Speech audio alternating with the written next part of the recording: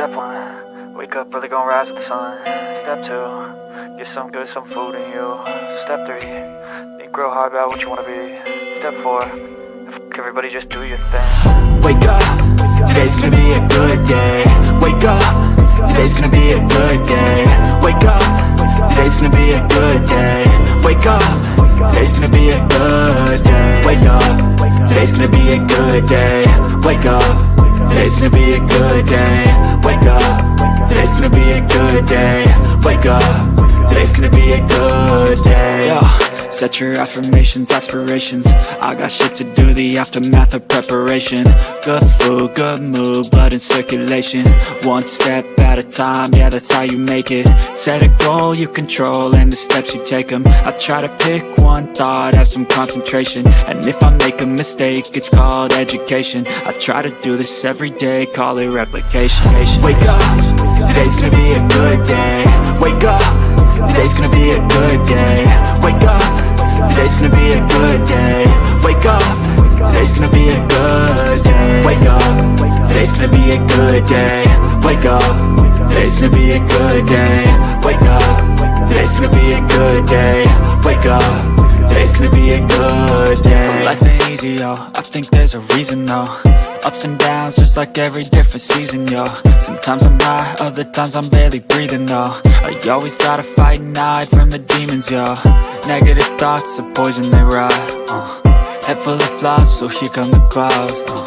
They'll never stop unless I can swap all the bad for the good in my head when I'm lost. Yeah, so I'ma fake it till I make it. Positive thoughts are overtaken, I got patience. One day at a time is how you operate a cadence. A flow, you grow, you show yourself a foundation. Stay away from all the shit that causes temptation. I know that I like to do it cause of sensation. I live my life in my head like a narration. Don't expect greatness, do my best, man, I'll take it. Wake up, today's gonna be a good day. Wake up, today's gonna be a good day. Wake up, today's gonna be a good day. Wake up, today's gonna be a good day. Wake up, today's gonna be a good day. Wake up, today's gonna be a good day. Wake up, today's gonna be a good day. Wake up, today's gonna be a good day. Wake up early, gonna rise with the sun. Step 2, get some good, some food in you. Step 3, think real hard about what you wanna be. Step 4, everybody just do your thing.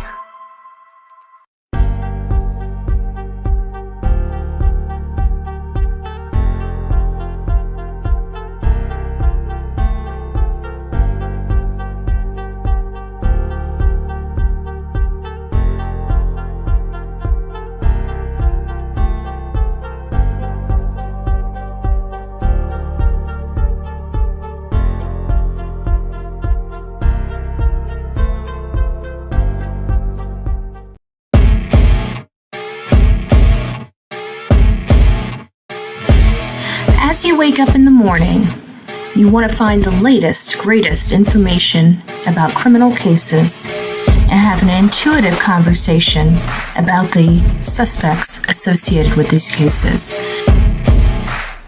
Head over to the Bullhorn Betty channel on YouTube.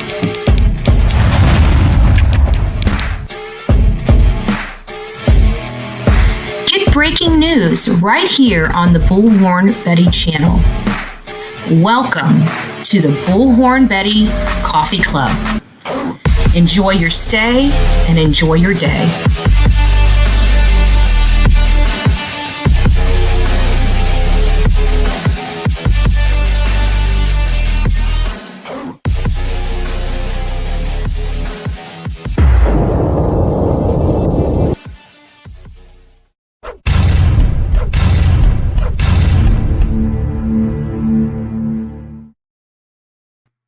Good morning, everyone. Welcome to the Bullhorn Betty channel.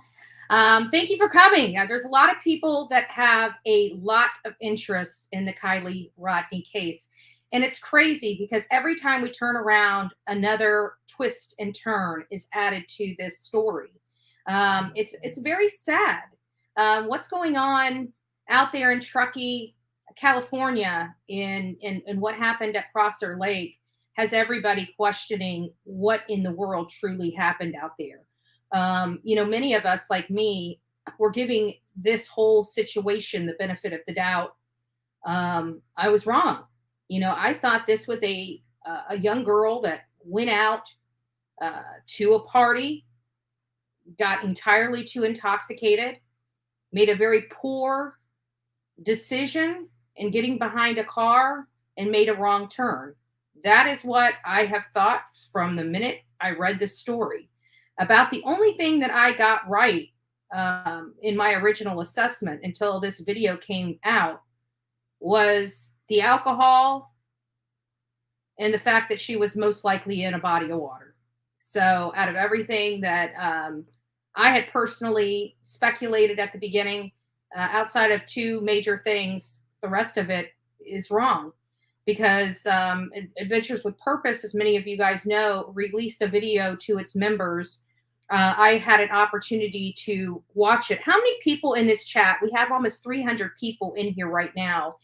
With the show of number 1, how many people in here actually watched the video with Adventures with Purpose? Let's go over here and see if I can see your answers a little bit better. Okay, so we've got a few ones coming in right now as we speak. So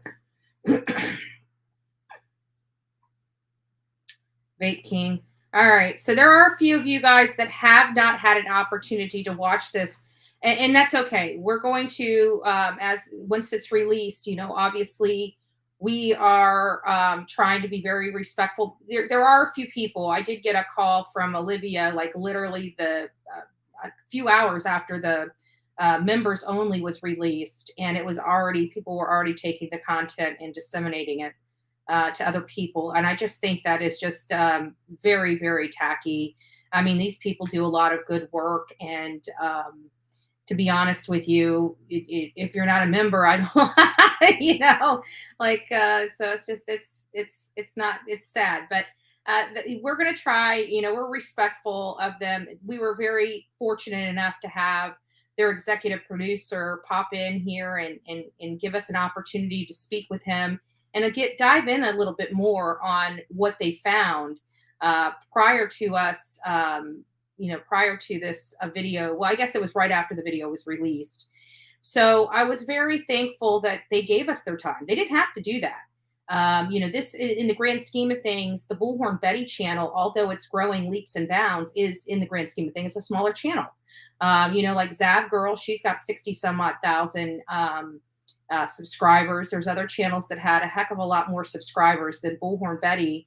And so I was very blessed and honored to have somebody in here that could ask some questions. But I have to tell you guys, if you guys are watching me or have been following me, many of you guys know my thoughts once this video was released. I have to be honest with you. It took my breath away. The first time I literally watched this video, it took my breath away. I had to sit down. When I'm in this house, and I'm working and I'm trying to double task, do home stuff, plus, keep, watching stuff and things like that. I'm on my phone. So I'm constantly throughout this house, walking here, walking there. And I literally had to come in here and sit down. My hands, I had pins and needles from the top of my head to the bottom of my feet. My hands were trembling. I could not control the hands. My hands were literally shaking when I watched what their discovery was. I'm sure many of you guys, whether you have watched this video yourself or not, I'm sure many of you guys, many have. All right. So Olivia, I just talked to Olivia. She's going to be joining us later in the live. So you guys get to see Chronicles of Olivia. We love Olivia. So, okay. That's her. Thank you, Robert's girl. Good morning. Here's my late fee for being late. Gas ticket money for your trip. Oh, thank you. I appreciate it. Thank you, guys. Many of you know that I'm planning a trip to go and look into the Michael Monkey Vaughn case. It's a little boy that has been missing for a really, really long time. And I don't feel like, you know, he's got, the good news is his face is being, I'll get back to this in just a second. His face is being plastered all over big rigs, and the big rigs are traveling across this country with his face on it. It's just a absolute blessing. But, you know, there's still a lot of work to do. It's been over a year since this little boy disappeared. He disappeared shortly after Summer Wells disappeared. He has gotten some attention to his case, but on YouTube platform, not as many, say, for example, Kiely. He hasn't got as much attention. So for those that are in here, we have almost 400 people in here right now. If you haven't looked into the Michael Monkey Vaughn case, please do. Get his photo out there. There is, you know, he's gone. He's not with his family. The law enforcement have come out and stated that, you know, this appears to be an abduction. So we need to get all eyes on his little face and do as much as we can to bring him home safe. So I appreciate it. So for those that are out there that don't know what she was talking about, that's what it is. We're going to go out there and help as much as we can. Post flyers, look around. You know, we're looking into this abduction theory with him. So we're going to want to look at all ways in and out of that community, including roads that aren't, you know, paved, right? It's out there in the country, even though it's not. And it looks like we got a member. Thank you so very much, AS, for supporting the Bullhorn Betty channel. We really do appreciate it. But getting back to Adventures with Purpose, even if you guys have not watched the video, I'm pretty sure many of you guys know that at this point, Kiely was found in the hatch of the car. It's out. The video's out, guys. The video's out. That's what I'm hearing. The video's out. Guys, give it just a few moments. Take a breath. Take a breath. Take a breath. About to go to it. Now, I will do, out of the respect for the creator here, the creators, plural, because there was a lot of hands that came into this video, we're not playing it through. So if you guys would like to watch the entire video uninterrupted, I'm sure they got, you know, commercials on it, but we're going to be conversating about this. So we'll go ahead and pull this up. Guys, you know, I think at this point, if you have children in the room, it might be good for them to leave. If you've got teenagers in the room, you know, maybe this is a learning experience for them. But whatever the case, there's nothing graphic in here. But it is hard. It's hard. I'm just going to forewarn you. Everybody, go sit down. Okay, go sit down. So what we're going to do, just so everybody is aware of the process we're going to use here on the Bullhorn Betty channel, we're going to play it. We'll get through the intro and stuff like that. And when we start getting to the meat and potatoes of this, even the conversation with the tow truck driver, we're going to have conversation about it. We're going to have an open conversation about it once we hear it and see what your opinions are before we go forward. I'm interested in this, but let's conversate. This is a lot, folks. So has everybody pushed the like button? I want to show you the perfect tool for making stunning. Because if you haven't, everybody stop what you're doing, go out there and hit the like button and come back in so we can get started. Videos without leaving the house. Just go to artgrid.io. It's a revolutionary stock footage platform. New footage is added from the best filmmakers every day. And I get Autopsy confirming Specialty search and rescue. the Nevada County Sheriff Coroner. The search for Kiely began. She had a guy with her. She was asking me really weird questions, like in the sense of how do you put on your seatbelt? Now we know we probably have a tie to Boca. This drop is a big drop. A mother is missing her 16-year-old daughter. We need to find her, bring answers to this family.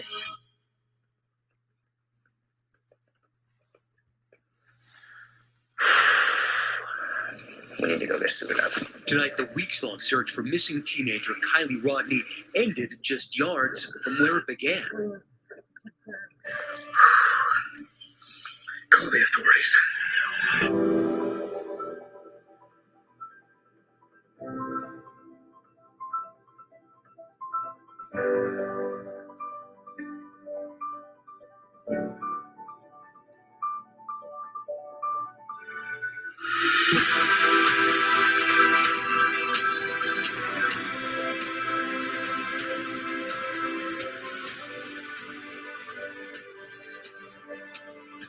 Guys, I want you guys to pay attention to this because they have done a lot of wonderful things for a lot of families that have missed their loved ones for decades.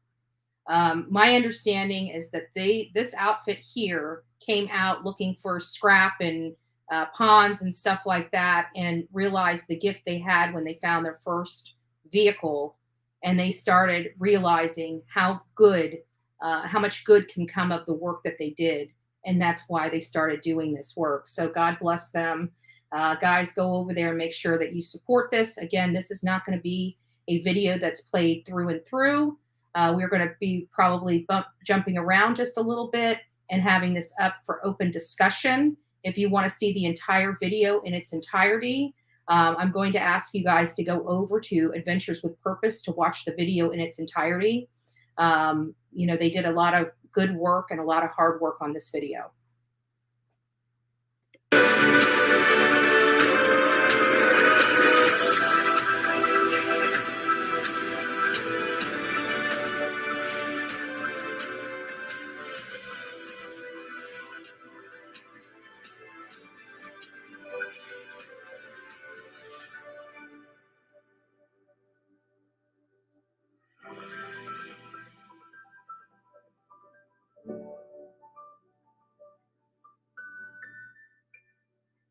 That intro, I'm sorry, the intro alone gives me goosebumps. Thank you to our new members coming Kiely in. Rodni was last seen August 6, 2022. She was driving a silver 2013 Honda CRV, license plate number 8, Yankee Uniform Romeo 127. 16-year-old Kiely Rodni was last seen at a 300-person end of summer high school party in the Tahoe National Forest that stretched from Friday night into the early morning hours of Saturday. Authorities have conducted search efforts since then, including dive teams that entered Prosser Lake Reservoir on Wednesday, looking near the shoreline for signs of Rodni or her vehicle, but they found no clues to lead them to Rodni's whereabouts. Police said she last spoke with her friends and family shortly after midnight on August 6th, and her phone was turned off around 12:33 a.m. Law enforcement has expressed frustration at the lack of viable tips, and that few of the 200 to 300 people at the party are coming forward with information. So we just got out of Best Buy after picking up some supplies here in Reno, Nevada. We're on our way to work the Kiely Rodni case just down the street in Truckee, California. And Nick, a longtime supporter, fan of ours, appreciate you for... All right, guys. So here is the full statement from the tow truck driver. Lisa, if your sound isn't up, it's on your end.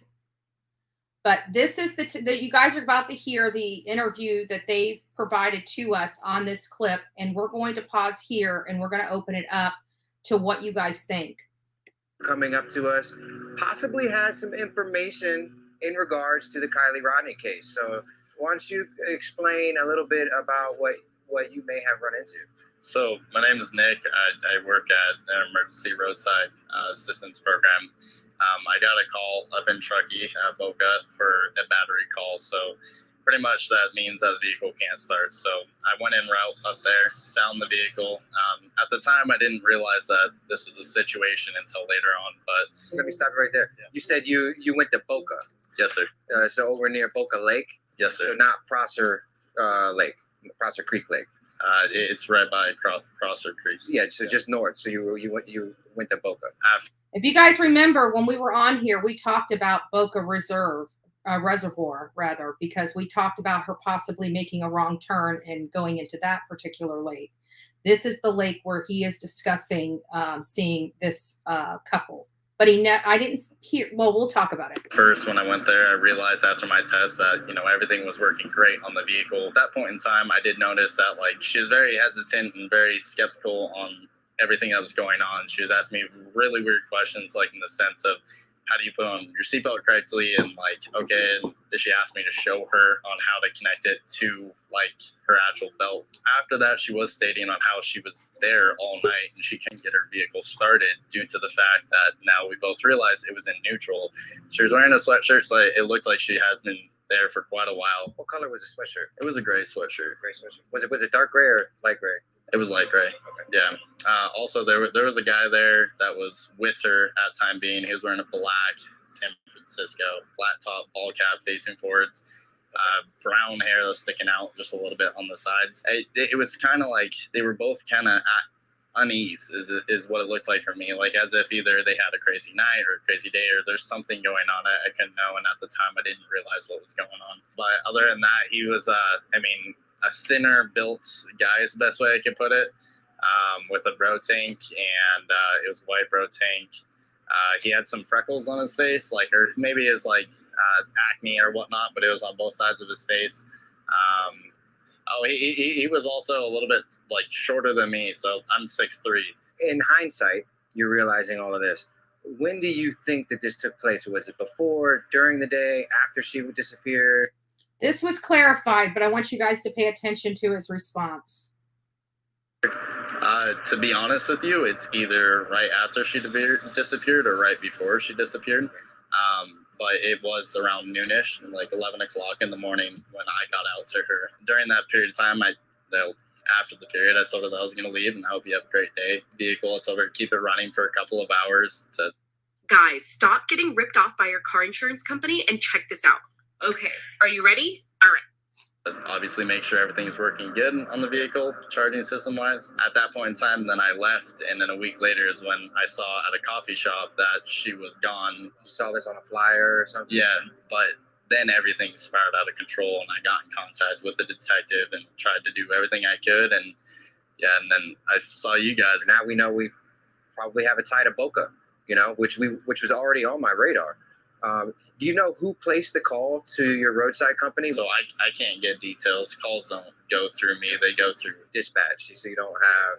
So when you were digitally dispatched, did you call them to say you were coming, or you just showed up? I did call, and nothing went through. It went straight to voicemail. Yeah. Do you know if she had a phone on her at the time? She did state that her phone was dead, so she used whatever guy, whoever this was, she used his phone. So that's how she did get in contact. And what was you mentioned? She was asking funny questions and acting weird. Granted, I at the time I didn't realize again that. Yeah. I mean, I've been in the towing industry my whole life, so you see a lot of crazy stuff, a lot of weird stuff, and it's actually pretty normal. Yeah. So I can see why at the time it's just a normal call. She kept on going over that, how do you secure your seatbelt firmly and do it correctly, and that's when she was asking this. Was the guy that she was with right there too? He was on the opposite side of the car. So he could hear the conversation as well? Every single time the guy would come over to us, she would go on to the other side. And it was just a back and forth, a tag team. Better to say, one person would come over, she wouldn't stay near him, and then it would go vice versa. Or if we were at the front of the car going about the battery and talking about the battery, he was always on one side, she was on another. They were never close to each other. She was uncomfortable. Yeah, because, that screams awkwardness and someone being uncomfortable, and when in that scenario, if he was there with her, he should have been right next to her, if not dealing with you the entire time, and not her. Did she seem high or intoxicated, or? I thought that maybe she was either hungover or just had a really rough day. She looked distressed. Like they said, this was confirmed. This story he's talking about was the day after, Saturday, the day after she disappeared, when everybody was waiting for her. This is at 11 a.m. to noon the next day. Noon the next day. And we will be opening this up as soon as this is almost done. As soon as this is done, we'll be opening up.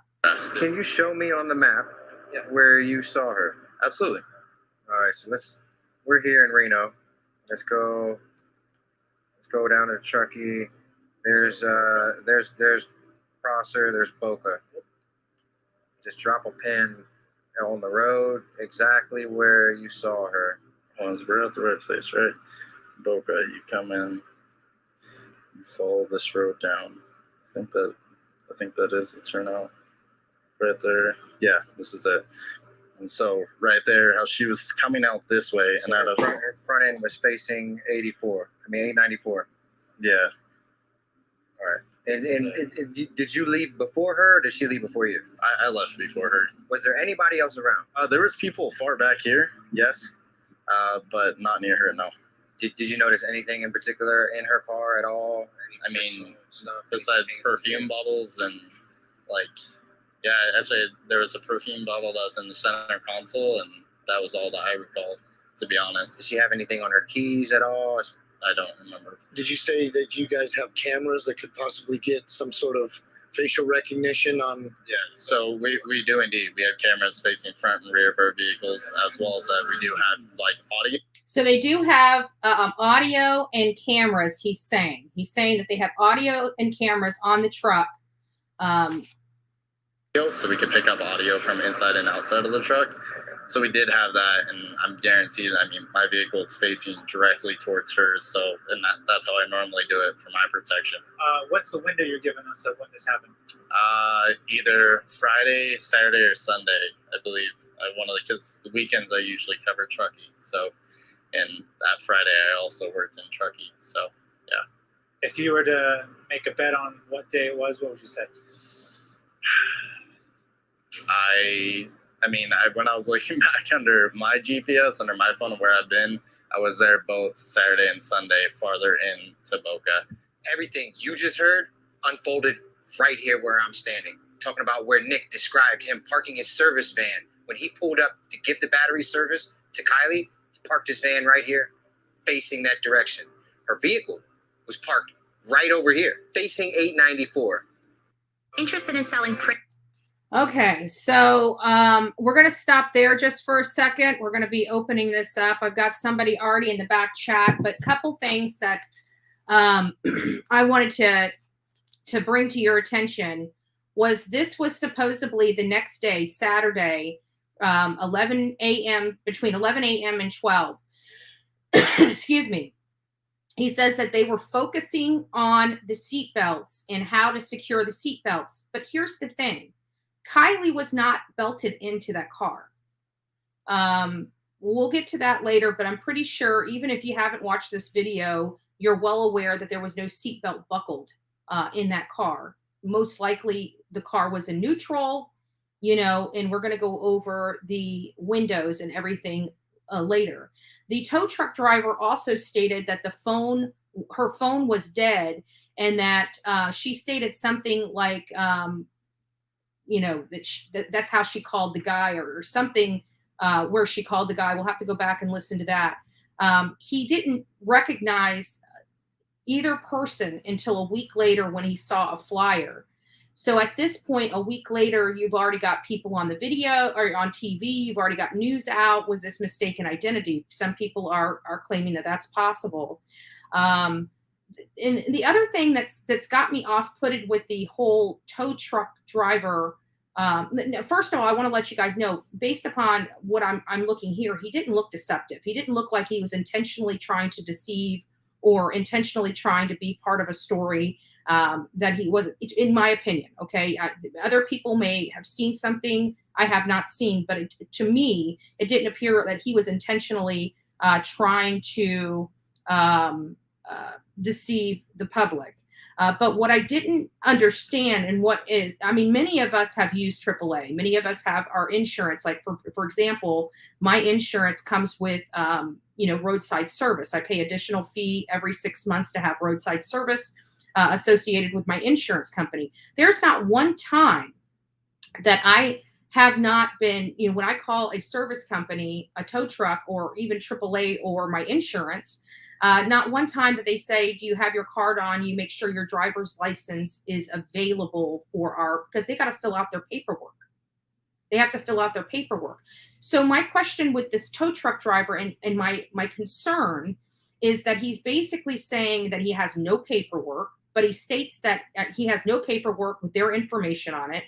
every time I've ever dealt with any kind of tow truck driver, they have always asked for my driver's license to fill out their paper, to fill out. And that's before they even touch my car, put anything on my car, they're asking me questions. They're confirming that the license plate matches the information that they've received from whoever called them, whether it be my insurance or AAA. And they take my driver's license, fill out whatever information, hand it back to me, and then start hooking up the car.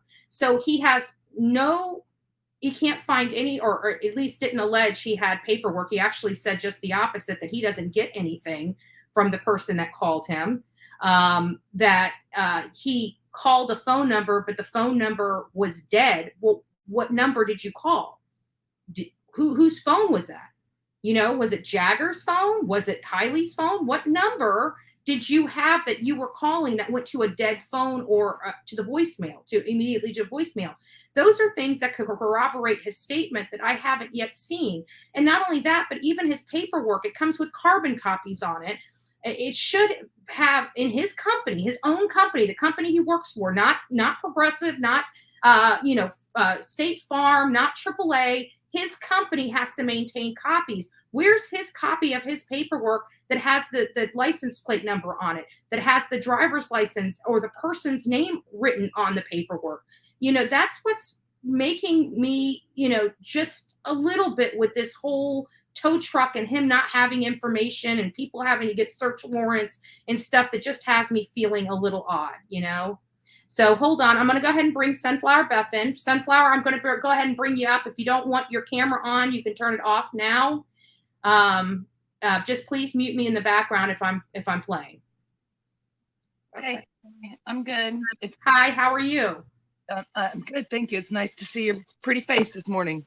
Thank you. So what do you think about the tow truck driver? Okay, so my brain runs a little different. So I actually had the time to write things down. I'm just going to hit you with it real fast, like I'm at the doctor's office, okay? Okay. I have crazy notes. So my first one is crazy that Jagger stayed with the mom. I don't know for how long, but when they were the initial searching, to me, it always seemed crazy that Jagger was staying at the mom's house. And it also seems crazy to me that the mom is like in such kind of a communicating. I'm not on any other socials, right? I only watch my core true crime people. And you're one now, by the way. Hi. Oh, thank you. And so that's just crazy to me. Then I have number 2. AWP is playing this perfectly. Kudos to them, all of that. I'm, past all of that, I'm saying I believe they're playing it because they have known from the jump that Hold on just one second, Beth. So a couple of people are like, this is kind of new news to people. Jagger stayed at the mom's house. Oh yeah, when they were first searching, it was on my YouTube people's, they were saying that Jagger was, initially Jagger was staying with the mom. I think that can be corroborated in some videos or something. Okay, so they were just questioning, so I figured if you had that, and to be honest with you, I probably should have asked that because I was questioning that myself. Like that was the first I heard that he was staying with the mom, but. I did hear that. I heard that on a lot of things. Now, all of this is speculation and just my thoughts. Right. Processing. So AWP is playing this in such a way that the police are now, their hand has been forced. Today, there's 2.5 million, whatever it is, followers on AWP plus, because I'm not a follower. I can guarantee a large portion of that is, not a large portion, but there's a larger portion of small portions that are creators. So they're just like me. I don't want to play your whole thing because I think it's wrong, but on the same sense, I want to discuss it. My YouTube is full of people that have paid membership, which I can't afford and haven't done. I'm waiting.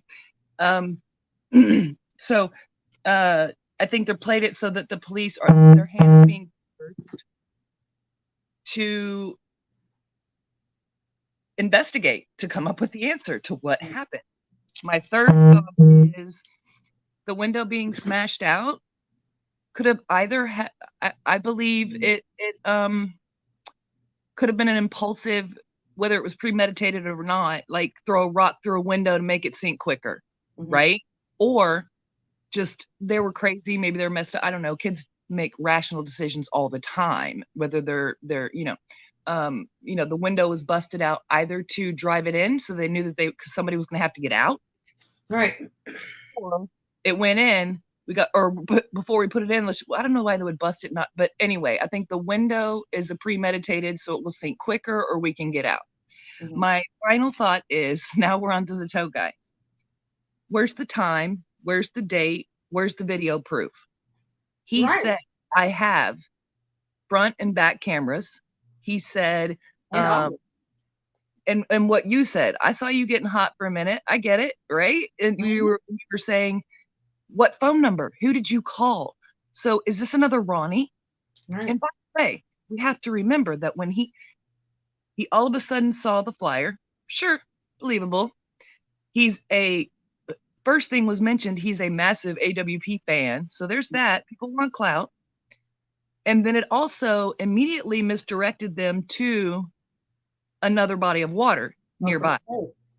All those things, I want time, I want video, and I want proof before I believe anything that the fourth Ronnie has to say. I'm making a joke about Ronnie because it's become a YouTube like term for red herring, if you will, right?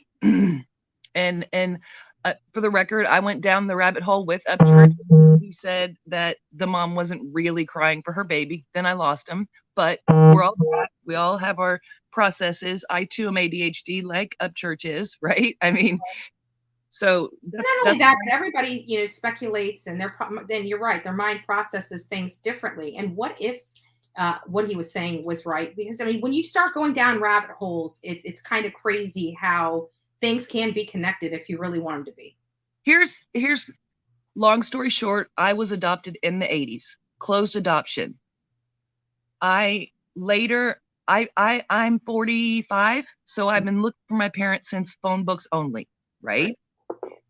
I had some hints. I finally got some CPS paperwork. Everything was blacked out, yada, yada, yada. When I was 40, I think, I can't remember, but within the last 6 years or so, I typed in who I'd always known, my birth father's name. And I knew he had passed away when I was 2 from CPS papers, but I still typed in his name all the time. Yeah. And what I thought was my mother's maiden name all the time. And it took me down many, many, many, many rabbit holes. And I've done this since like I said, phone books. I finally found my father and my birth family via a group of people that run around and take pictures of and chronologize at cemeteries. Mm-hmm. They take pictures of headstones and they put up who the person was. And then I wanted to leave virtual flowers, which were sunflowers, on his grave. In order to do that, I had to put in my email. Fine.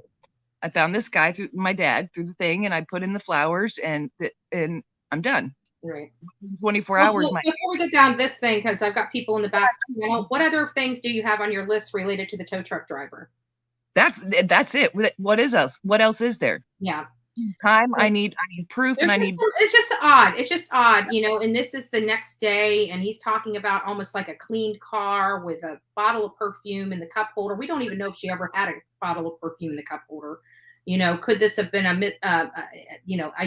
identity issue where he saw these people on TV and didn't realize it, and then ran across the flyer and was like, oh, I recognize them. Oh, it must be those people from Boca Reservoir. Something like that. Coming in as a big fan, he knows the story. Yeah. And the story. You introduced yourself as you are my people. Good point. Good point. If I ever hear the name Dolly again, it's not going to end Parton. It's going to end Vision, because that's how I know now, right? Like, we know. He brought up a valid point on his show this morning, and we're going to get to that in just a second. Let me go ahead and bring in Bella Mahan. Do you have anything else? And then you can come back when we get to a different section of the video. Well, I actually have my teenager texting me from school. They have a problem. But the end of the story is, within 24 hours of me posting those flowers, but my birth father's sister called me, and I've met my whole family on his side. Mm-hmm. That it took so many rabbit holes is the point, right? Right. And who would have thought that I would have found his grave in a picture? Like, that's just how things work. So I don't doubt anything Upchurch has found. Mm-hmm. Now the connections we have to make together. Right. That's the issue. So, all right. Thanks, Beth. Take care. You're my people now. I'm going to go rescue my child. I appreciate it. Bye-bye. Bye. So Bella, I'm going to be bringing you up. If you want to be on camera, that's fine. If you don't, then you can go ahead and disable your camera now. Hey, Bella. Okay, I'll disable. Hello. Oh, Hey. trying to disable. Okay, there you go. Okay, Well, they already saw there you go. now. Okay. How you doing, Betty? This is my first time calling in. And let me take these headphones off. It's my first time calling in. And I bet you were going to go down the rabbit hole about the car being flipped and how she would have floated to the seats instead of the back of the hatch. If the car was upside down, right? That was something the water would push her to the top. Yep. Yeah, I know. I was mesmerized. I'm like, I did not even think that. And I Think love about this that. Lamborghini, whatever, his whole thing, he's taken it, and it really kind of put it into place because I was processing it, and that lady called, and she's like, oh, but it had to go in backwards because of this, and then he's like, well, no, because it would tip it this way, and I'm like, but it would still land in the right position, but the twist, absolutely, I do think it twisted it versus end over end. I do think it did that twist. I do. Because I think it did too. I really do. Yep. But he really, Yeah. it really. Yeah. Yeah.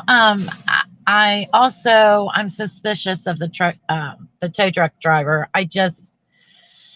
I don't know, because I watched the Ronnie thing. So I guess in my mind, I'm going to be a little more suspicious of the next person coming forward. And it just happens to be him. But I'm like you. Where's the proof? I have AAA. You have to have something. This idea that you have nothing and your company holds everything is ludicrous because you had to write it down. You had to call him on the phone. You know what, Betty? I had a situation, and I know different states and different entities run their business in different ways, but what I've experienced is that I tried to have my adult daughter go meet the tow truck driver, and they wouldn't do it because she wasn't the owner. So, right. I mean, I don't. AAA being in another car, like you got to make sure you have your AAA card on you, your driver's license on you, even with insurance. They want to make sure that they're getting paid for that tow. And if they don't have all their paperwork and they can't identify that you are the member of whatever organization that just sent them down there, they lose that money. They lose that tow. Yeah. And imagine this, Betty. Somebody with like a bad past or something could have someone's car towed illegally. So it prevents lawsuits of, where's my car? Whatever. Exactly. And so I went out there to my car, and I put the car in neutral. But see, my driveway kind of slopes a little bit, so when I took my foot off the gas, the brake pedal, even though it wasn't cranked or anything, I could feel it rolling back. Right. But I did put my foot. Okay. I did try to crank it. It would not crank without my foot on the brake. I put my foot on the brake. It did crank, but the only thing I noticed that was weird is the keys would not come out of the ignition in neutral. Oh, okay. Wow. We never really heard anything about the keys yet, have we? Right, but he said that there was a dead battery, that the car wouldn't crank because they found out it was in neutral. And I'm saying that I went out there in mine, and as long as I had my foot on the brake, it cranked in neutral. Right. So that doesn't, I don't know. I'm just like, what in the world? I've kind of been a little suspicious of Sammy, only because Sammy comes out, she's 18. All of these kids are 18 or older than Kiely. But the thing is with me is they weren't friends on any social media, but she was friends with Jagger, who is her ex, who is Kiely's ex. Yeah, why in this day and age they met in the first place, though? That might be the connection, because they were party buddies. They weren't friend buddies. True. Absolutely. I don't know. I just kind of feel like Sammy's parents are what, a lawyer and an investigator, and they're letting their daughter out there. Huh? Yeah. Yeah, that's what we heard. We heard That's one of them's an what attorney and we the other one's a PI. Yeah. And I also heard the And rumor, now somebody. Bella, I also heard the rumor that they actually, that Sammy and her parents left the state of California like a week or so ago. I couldn't corroborate that information, but it was making its ways around the social media platforms. Yes, I heard that as well. And I also heard that somebody you're the spokesperson for a missing child, and you up and just say, oh, well, I can't handle the pressure no more. Last one to see her, but hey, I gotta go. Well, and I'm like, somebody called in and said on his channel, why weren't these kids there when they were pulling the car out? Why weren't they there? That's their friend. She could be inside, you know. I just imagine a group of young kids would be devastated and want to make sure it's not her, you know, or something. But it's like Sammy went silent or something compared to what she was doing. Yeah. And why did Sammy make it a point? Thick, though. Think about it. It was getting thick. They knew Adventures with Purpose was coming into town. And if they knew that, I guarantee if they didn't know who they were, those kids went and watched their shows and were like, oh, shit. Oh, I think you're right. I think you're exactly right. That's what happened. But why did Sammy go into so much detail? Like, you know, like after she left the party with someone else, we were so many minutes away and I was in the passenger seat. Why did she have to mention a passenger seat? That was odd to me. It's called convincing language. It's called convincing language. It's convincing you that what they're saying is true. They're saying that they left the party, but they're not convincing you until they say, even a friend picked me up and I was in the passenger seat. Like, I left. It's convincing language. Oh, okay. Yeah, I got you. So, Bella, is there any other things you want to ask somebody else in the back chat? Well, you know what? This was my first time. It's been a pleasure. I have been watching you since you were with Molly and Justin, and you're the only one I still watch. And I've been wanting to get a channel, but I'm very hesitant when I see what goes on amongst the creators. But I'm really, you bring us the truth. You do your research, your feet on the ground, you do what you say. And I appreciate that because you don't get a lot of that on here. I appreciate it. Yeah, some of the stuff I bring up is speculative in nature, you know, but at least I tell you guys it's speculative. I mean, we all information from it. Yeah, well, we all have opinions, you know what I'm saying? That's what makes it nice that we can like talk it out and bounce off each other without going real life. And that's what I see a lot of, and I don't like that. But thank you, Betty. Have a great day, hon. Thank you. Thank you. Bye-bye. Robbie, if you could show your face behind, if you can show your face, perfect. If you want to go ahead and take your camera off, I'm going to go ahead and bring you up. Well, hello there. Okay, how you doing? I'm doing well. So what say you? Okay, so I'm calling from Ontario, Canada. Thank you. Yeah, it's my first time calling in here, but I usually go on somebody else's panel once in a while. But there's a few things we're forgetting here. We're talking about a vast majority of minors. Mm-hmm. So realistically, if you're a parent, you want your minors really being around this scene? Probably not. Do the police and FBI and everybody have a hell of a lot more information than we know? 100%. Do they probably have the tow truck videos? I'd almost guarantee it. Mm-hmm. And now, as for the vehicle and the passenger side window kicked out or broken, here's a possibility that reality is she might have very well went off the road, went down the incline into the water, panicked. She's not going to be able to break her driver's side window open because of the water pressure with her arm. Mm-hmm. What would you do? You'd try to kick out the other window. Yeah. Okay. That's one possibility. Mm-hmm. And how'd she end up in the back? Well, at the end of the day, with all the water in there, she was a tall, lanky female. She could have just floated into the back. She was down underwater for 2 weeks. But the way Dolly it had explained it, I don't have Dolly, I need to borrow your Lambo. No. So he explained it like this. So this is we're gonna use my sunglasses because that's what I've got here. right? So Yeah. the car was flipped upside down. So the water pockets, which would have actually been on the floor as opposed to the ceiling, because the ceiling was on the bottom of the ocean or the lake. So the air pocket, which would have actually been in the seat and footrest area of that vehicle. And it makes it now that you look at it like that, it makes it almost next to impossible for her to have floated back there, because she would have had to float on the top.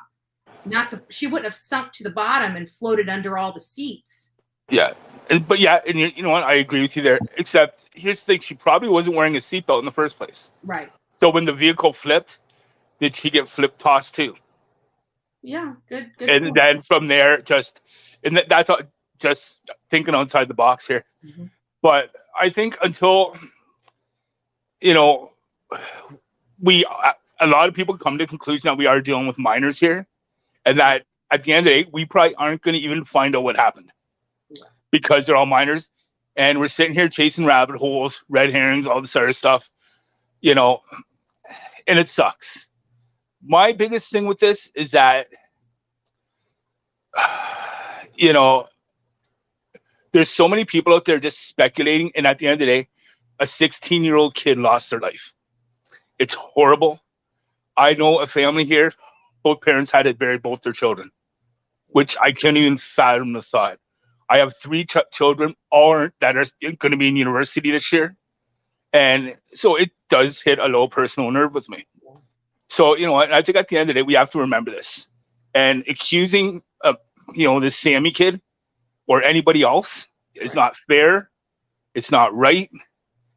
Speculate but publicly accuse people is not right, in my opinion. Yeah. And I'll just leave it at that.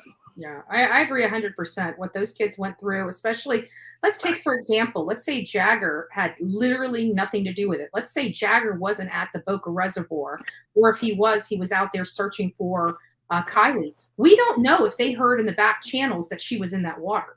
They may have been, when that guy got out there, it could have been him and Kate out there wanting, because they were looking at the water because they heard somebody threw her vehicle in the water and they didn't know where. We don't know the information, but if Jagger wasn't, just let's put this into perspective for folks here. He lost the love of his life, whether they're broke up or not. Many of us have gone through divorces. It doesn't change the fact we don't want our significant other, whether we're divorced with them or not, winding up dead. It would probably hurt us immensely because we had a loving relationship with that person at one time. So he just lost the love of his life. He's a young kid, so this probably was the first and the strongest love he ever had. Now he thinks she's just missing. He thinks maybe she's, let's think, what a boy would be processing as soon as he found out she didn't come home. He's thinking, oh, she ran off with another guy, just a number of things. He never thought I don't ever think anybody that wasn't out there would have ever thought she was dead. Now, this is just speculative in nature, guys. I don't know what's going on in his mind, but just think about that. He lost the love of his life. Now he's being accused of her murder. He thought she just ran off with some yahoo, and he's now having to reel with losing the love of his life and being called a murderer in the public's eye. And he's such a young kid. There is no way he could handle that. I'm an adult and would have a hard time handling that. Yeah, exactly. And I just saw something pop up in the chat that kind of triggered a thought in my mind. I just lost it, but I wish I could remember what it was. But at the end of the day, I just think we have to remember, we're probably never going to hear anything about the reality of what happened because they are all minors. The parents are probably going to seal the file, so it doesn't get publicly released. Yeah. And for people have to remember, the police know a hell of a lot more than we have. Nothing's going to get released. Not all the information is going to be released to us.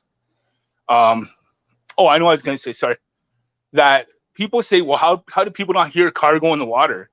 Well, if you look at where they're parting, there's a huge tree line blocking between them and the water.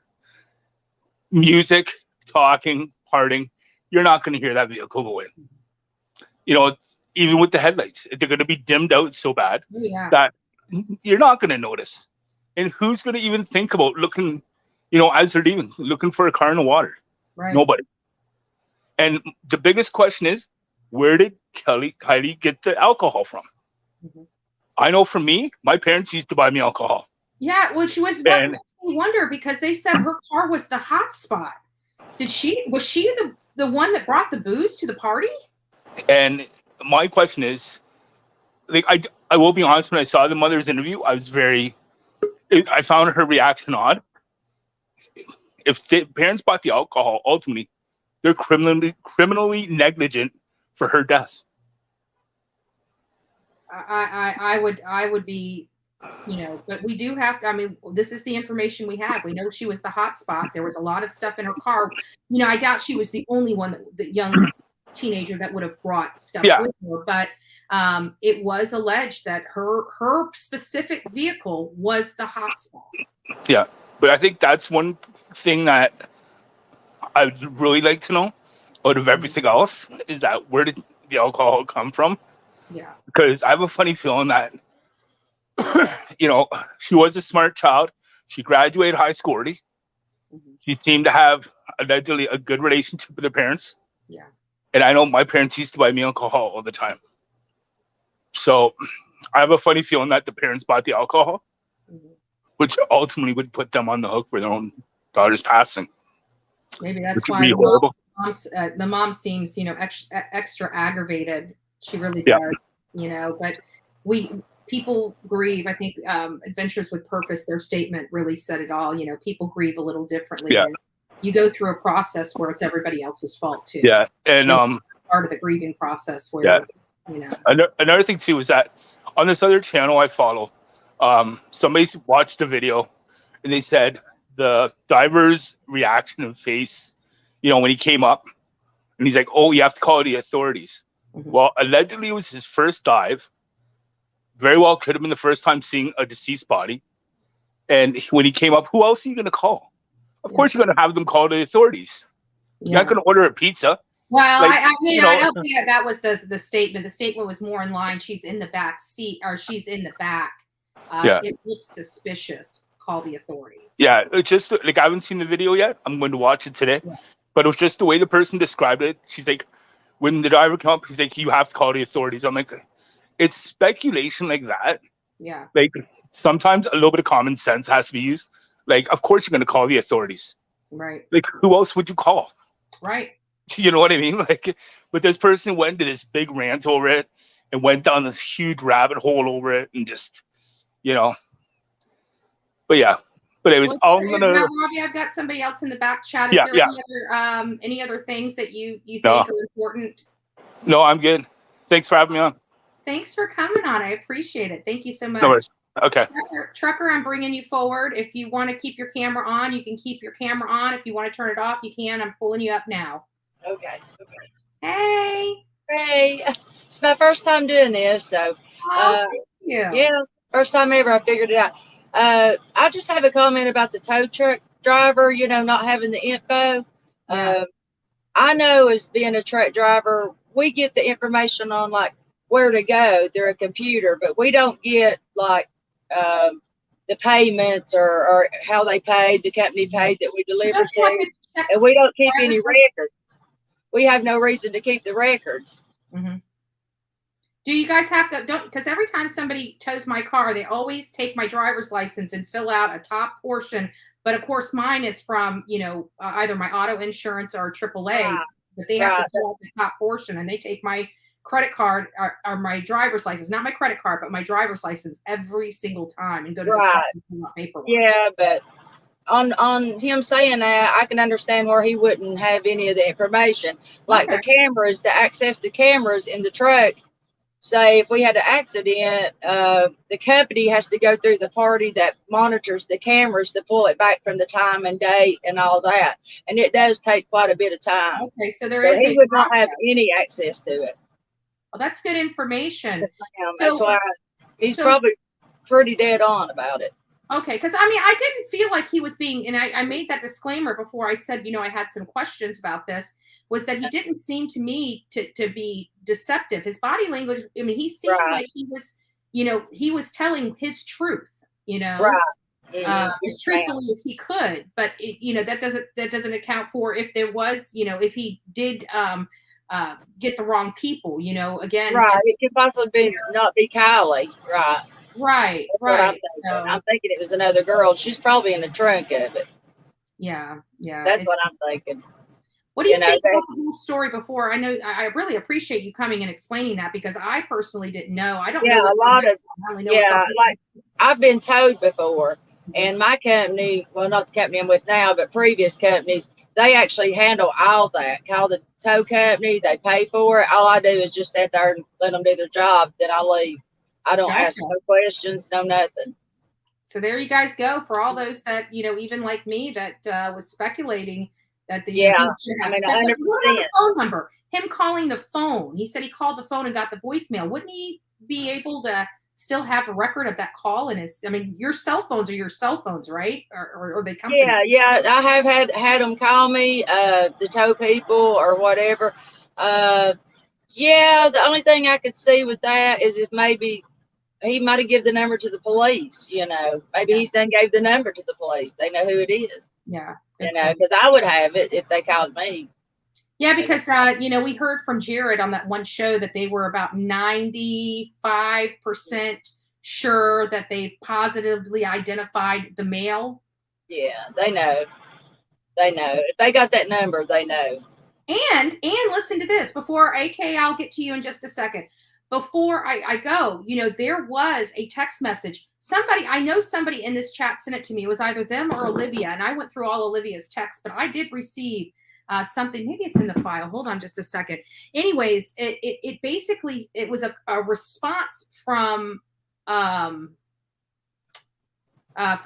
Jagger. Oh, maybe it's the Jagger response. Maybe I've got it up here. Hold on. I want to read this to you guys because it was a little odd for me. And where is it? Give me just a second. Jagger response. Where's the other one? Okay, here. Maybe this is it. I think this might be it.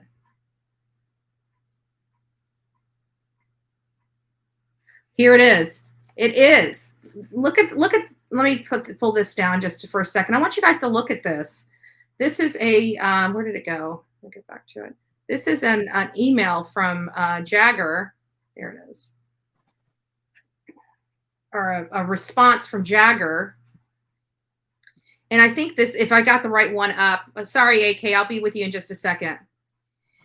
And it says, so this is a person that says, don't panic or anything, but I mean, he described the guy exactly as you look, even said he had a black flat rimmed hat with the SF on it, brown hair that came out from under it, taller guy, but shorter than 6'3", skinny, and had acne or moles on his face, and said he was with a chick who looked like Kiely, but couldn't say that it was definitely her. She was wearing a light gray hoodie, only said that they seemed uneasy and asked a lot of stupidish questions. Don't panic or do anything that'll make it more suspicious by your account. You have a solid alibi, right? So you're good. So that was a weird and odd statement to have. And then he said, yeah, well, she never even called roadside assistance. And I live 4 hours away. So I'm not really worried that people think what are worried. Let people think what they think. And then it says, well, what about the fight she had at the party, though? Who was that with? So these are some of the questions that we ourselves have. But I thought it was odd that he said, well, she never even called roadside assistance. How would he know? Because she was probably at the back of that car. You see what I'm saying? Like, I wasn't going down this rabbit hole or the suspicion, the speculation station train, the crazy train. I wasn't going to do that. But, I closed my mind off enough. And it's like, there are some things that aren't making sense and I need to open up. This is a little concerning for me. So, well, anything else, Trucker, that you want to? No, I mean, that's just basically it. I mean, that's kind of like AAA or going to Enterprise. A lot of the companies, they go ahead and take care of all that. All you do is get in the car and drive. Beautiful. I mean, well, that does clear that up because I myself had questioned that. So thank you so much for that. You're welcome. Appreciate it. AK, I'm going to go ahead and bring you up. If you want to be have the camera on, you can. If you'd like to disable the camera, you can do now. I'm pulling you up here now. Hi, AK. Your voice. I can't hear you. Your volume's not working. You might have to accept the camera. So I'll just wait for you to get that situated, and I'll go to the next person. Terry, can you show your face? And once you show your face, I'll let you know to turn your camera back off. Oh, there we go. Oh, sorry. Hi. Hi. I was going to bring you up, but just remove you from the screen. So in case you were. Yeah, no, I'm going to take my camera off of me right now because I just got out of bed. Okay. Well, you look beautiful. Oh, well, thank you. How are you doing, Terry? I'm good. How are you? I'm doing well. I'm not really too pleased with the news. You know, this whole video with Adventures with they did a great job, but yes, it's just sad. And now I think for me, I have way more questions. I do too. First, I want to say I think what they do a wonderful job. What they do is absolutely amazing. I wouldn't blame them one bit if they don't do it active anymore, just because of everything that's been going on.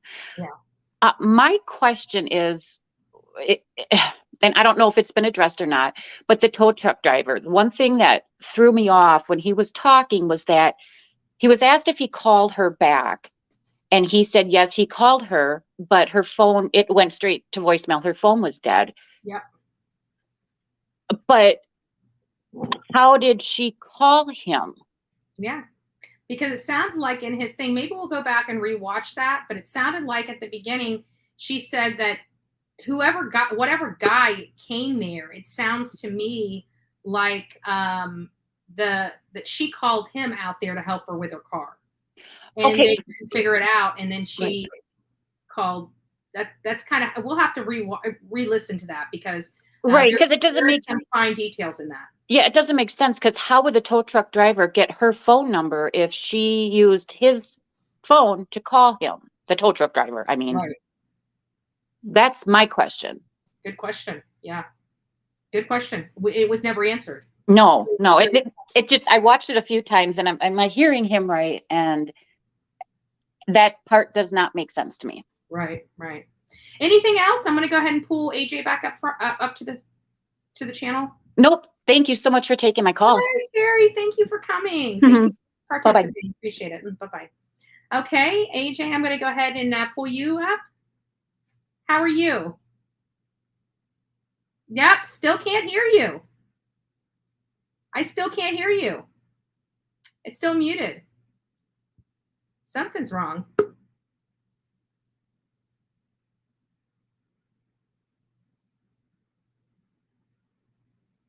Keep working on it. We'll keep bringing.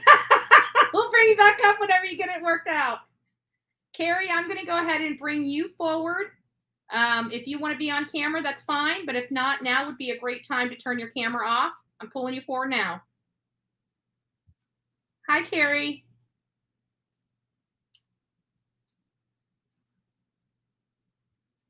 You're muted. You're muted. You're muted.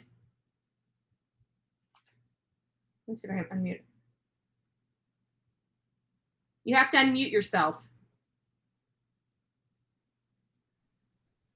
There you go. Nope, you didn't get it yet. There you go. You should. I got it. There you go. Yeah. Hi. Am I echoing? Yeah. How are you? Am I echoing? No. All right. How are you? Okay. All right. So, with Jagger, bless him, Lord. That boy, him and Sammy, they ain't got the sense that God gave a dang billy goat.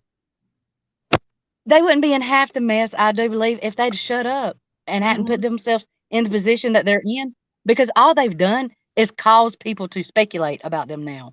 They murkied up the water. I mean, they could have like not even done anything at all. Jagger's whole thing about that text that he sent where he Yeah. was like, you know, I got an alibi, I'm 4 hours away, I ain't worried about it. It's because he set himself up into that situation. He's the one that was like, hey, get in touch with me before you get in touch with the police and show me your stuff. I mean, and then he's put himself there. Yeah. Him and Sammy. Unlike Sammy, when Adventures with when they found the body, when they found Kiely, she shut up. I think her mama finally got a hold of her. That lawyer mama finally was like, would you shut up, child? Hush. They took her out. From my understanding, they took her out of state. Like I said, shut up. But I mean, where he just keeps on. And because everybody is like, Jagger's this, Jagger that, Jagger this, he's going to get defensive. He's going to get mad. He's going to say, well, they're just doing it for clicks. They're, this is, or it's a stupid video or something like that. Or no, that's what he has said. But at first, I think he was just narcissistic, honestly, because like his biggest thing was when everybody started giving him a hard time. He was really enjoying all the positive comments about him and Kiely. Mm-hmm. And then everybody had to go mess it up. Yeah. Well, they weren't even dating, were they? No, they were. It sounds to me they were hanging out the day before. So it sounds to me like even though they were broke up, they still had that young love and still liked hanging out with each other. And I don't know if anything went on or anything like that, but it does sound like they were broke up. They weren't an item, but they were still in each other's lives. Right. So, I mean, because, he throws out his videos and he does all that, then, well, dang, son, you don't want to put yourself in the position where you're out there for everybody. And then the auto service dude, that Nick dude, I don't know about him yet. I'm not They either. say everything's like backed up, but nothing is like. Yeah, trucker just came up here and explained to us that, what he's saying, because she's a trucker, and she was saying, what he was saying as far as not having information and stuff is actually true. So I asked her, I said, because he did indicate that he did try to call. So, thank you. Right. Thank you, Jilly. I appreciate the super sticker. Thank you so much. All the donations I truly do appreciate. So thank you guys for supporting this channel. She did explain that they don't get the information, so that at least is accurate. But my question to her was, well, he did indicate that he called. Where's the call log? Where's the, even if he didn't corroborate it with us and show the number and stuff, he could have at least corroborated it with Adventures with Purpose, and they could have came out and said, we did look into his information. The information has been corroborated. It is, this is true. Right. It's that's still just fishy. The men like chased him down at Big Buys. Mm-hmm. But Kylie's parents can't chase him down to make sure that they had that, Adventures with Purpose has their phone number so that they can get in contact with them. I know. You can't tell me they didn't know that they were coming. I mean, they were there for like 2 days. They were there for like 2 days. And they had even been saying that, they have the extended family members' numbers. That's what they've been saying. I don't even want to get started on that. Like when they got into that town, whole like. But you would have thought when they got into town that they would have went straight to wherever Adventure was with Purpose are and says, "Here's my number. If you find anything, please call me immediately." You would have thought, But I mean, it's not like you can't miss that. You can't miss that big old caravan. I mean, there, it's a bunch of it's a big old caravan. And they got their names written on the side of it, and they big were old letters. All the news there. They were I'm sure they were in the newspapers there. That people knew they were coming. Yes, I know. The thing about that, I have so many mixed feelings when it comes to Kylie's family. I don't think Adventures with Purpose would have like put out this video as soon if it wasn't for what has happened. And like, how when the executive producer dude came on and he said he wanted to set the story straight. So I I don't want to mention nobody else's channel, but you know, the one that's the Z chick, where what's his name? Jared was on when he was on hers. He went on there, and when he was talking, he was smooth about it too. I mean, he slid in his little things where he wanted to say, but like he made it a point to where, you know, he made mention that they don't do this for the law enforcement reward money. Oh, that You know, too. they don't do this for the reward money, and that the reason, ma'am. I said they also said they don't do it for law enforcement either. They do it for the victims. Right. And they, you know, and they were like, you know, we put the videos on our YouTube so that we can continue doing this. You know, this is how we get our money, you know, and Jared even said, you know, that he has to pay out like $1 million bucks. Well, he said 1.1 million, People don't but understand a year, you know, this stuff is expensive. This yeah, is and so like, you know, it's not a cheap thing. No. And then when he was in there, he just so happened slipped in about a time where a family had cheated him out of the reward, basically. And so he was going to sue him. And that's what he said. He brought it up. And the reason why I like that kind of like piqued my curiosity is because they took the reward off the table, right? For them on this trip. It was like 75,000. They're not getting nothing. Oh wow. They had a at least the they had a there was a news article that was in the Reno Gazette on the 26th actually, that said they had a family spokesperson that said that AWP they don't accept rewards. Well, Jared said on Old Girl's channel that they do. You know, that they do accept it, you know. And if the family needs help with the funeral cost and all, then they have went through like GoFundMe things, you know, and promoted, you know, that made sure it was made it possible. Yeah.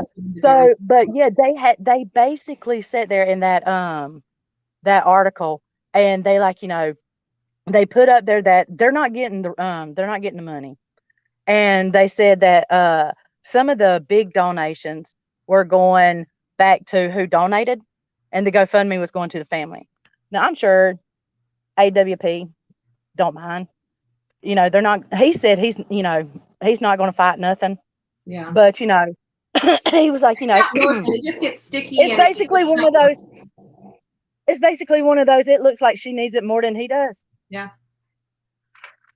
I seen those pictures of her on the news about asking if, you know, folks would look for Kiely. I'm just saying she probably needs it more than he does. Yeah. But that's mean of me. It's because I'm mad. She done chipped my my fellers of their money, so now I'm just mad like it's mine. Yeah. But they brought up the lawsuit in that that news article, and they brought up the shoot, what was the other thing I brought up? Yeah, and then not only that, but let's wrap it up. I got like several people in the back studio. But anyway, they gypping him of his. They did that, and after they did that, then the grandfather came up, and he put something on with that PI dude. Yeah. And they were like smearing their name and stuff. And they put out those last articles on the 30th. And that's when they came out on 31st. You know, I like anybody. Yeah, I mean, I'm not going with him. Yeah, I'm not fussing with him. I'm just saying I think that's the reason why they did it. Was so that they can clear their name and make the money to do other projects. Yeah, but I've seen him, and I'm not getting into any of the drama between, you know, creators and whatnot, but that I'm not getting on that. Investigates. He you know, he's made some snarky remarks, and I was reading one of them. We're going to be discussing that a little bit later, because, you know, he feels I'm starting to read him a little better with his post, and it feels like he's superior to everybody else because he's the one actually communicating with the father. And it's like, you know what, I'm sorry, but you're not the one that found her. You're the one that told us all this other crap. And, you know, here she is, Adventures with Purpose found her. He's going to have to just suck it up like a big boy and quit acting like he runs the show. Oh, I know. He makes my blood boil. I have to take a blood pressure pill whenever I mess with that one. I even read anything with his name on it, and I already get mad. I can feel my face getting red now. Yeah. But anyway, All right, Gary. that's what it's just unfair about how they're doing them guys, and so Yeah, I agree. Yeah. All right. It was nice talking to you. Bye bye. Thanks for joining. Bye bye. We're gonna try for third time's a charm. Oops, wrong person. AK. Does it work? Hey, we got your voice. Awesome. Awesome sauce. I love your show. I've been watching you from way back, but the thing I put in the chat, like, you should look in about like something I've been hearing about, like Kiely's mom like went to like Starbucks or something, to like wait for Kiely coming back like 9 o'clock. I know that maybe that's a rumor. No, what had happened is Kiely was actually scheduled to go on a camping trip the next day. And they were meeting at the Starbucks at 9 a.m. And when she didn't come home that night, they decided to go over to the Starbucks to see if she showed up for that camping trip. Well, see, that's just right there. It's just like a weird. I mean, like, it's easy, like, if you were hanging out and, you know, had a hangover or something, and then, you know, maybe I'm going to be late when I go home. Mm-hmm. But this situation just seems really weird, and I would like the people look into it to find out, like, the Starbucks and the guy with the truck. They call him the tow trucker. Mm-hmm. So I don't know his name. Nick. Okay. Anyways, it just all just doesn't file in, because like once they find out when the car was buoyant and she was in the water, they're gonna know. Like, we're gonna find out when she actually deceased, right? Mm-hmm. They're gonna find a death and when she went in the water. But it's weird. This guy comes out, you know, and they say this, and I'm not saying that they don't know something, and maybe these people are crazy and overage, underage, whatever, got really out of hand, and I mean that's what it boils down to me. I mean, I've been to, you know, I don't want to go through back in my days, but I've been to crazy parties, but you know, things can get out of hand, and you know, people freak out, you know, and they're experimenting with new drugs they never done before, right? Yeah. And people frantic panic, you know, happen. I mean, you know, I don't know exactly. It just saddens me because we did find her in the car. Yeah. And finding out in a weird spot. Now remember, this is an outfit that has already pulled 24 other people out of lakes, ponds, wherever they've gone. So they are well versed, in my opinion, in where body location should be in those types of vehicles, because many of them were single car accidents with the person, and the person was still in the driver's seat 30 years later. Yes, and because they can kind of visualize the you know, how kind of vehicle enter, you know, a lake of like water or river or whatever. Yeah, absolutely. I mean, I live in Dayton, Ohio, but kind of nowhere, not really, but there was we have a cottage on Little Miami River, one of the Miami rivers in Ohio. There's Great Miami and there's a Little Miami. And we had the Miami, and there were people driving there all the time. I mean, seriously, yep. Some boating accidents. You know, we had to fish for people's bodies and stuff like that. It's not always easy to find them in a river. Now, in that place, it was kind of, you know, like it was in a car. It was turned upside down. And the way it's positioned, I'm still kind of bothered with that. I know I saw Dolly showing that earlier, and I've been thinking the same thing. But, you know, how did the? I mean, I'm always kind of curious. I'm curious about how the car rolled because I think that's a big difference in knowing. Because, like, Let's you could you like. know what? Let me pull Dolly's Go ahead. channel up. I'm gonna pull Dolly's channel up because he gave an explanation. You can keep talking about your theory, but I'm gonna go ahead and try to find Dolly's. I'm gonna go ahead and mute myself while you talk because it's gonna go through a most Okay. likely a Well, like, commercial. the car goes in, supposedly, the windshield, we all know about the windows and everything is down. As it tips, now, I've always wondered, did it hit from the right side and then turn to left because of the damage? But the windows in down in the back, that's, I drive my parents' Blazer. They have a 2001 Blazer. I drive it all the time, and I keep the windows down in the back. Just to get the wind out, but like going in, I could see somebody, accidentally like leaving them down. But the other windows, I know everybody's skeptical about that. The one was broken out. The other one was either, I guess, maybe rolled down. I believe their assessment when he was originally down there. When he was originally down there looking at the window, he stated that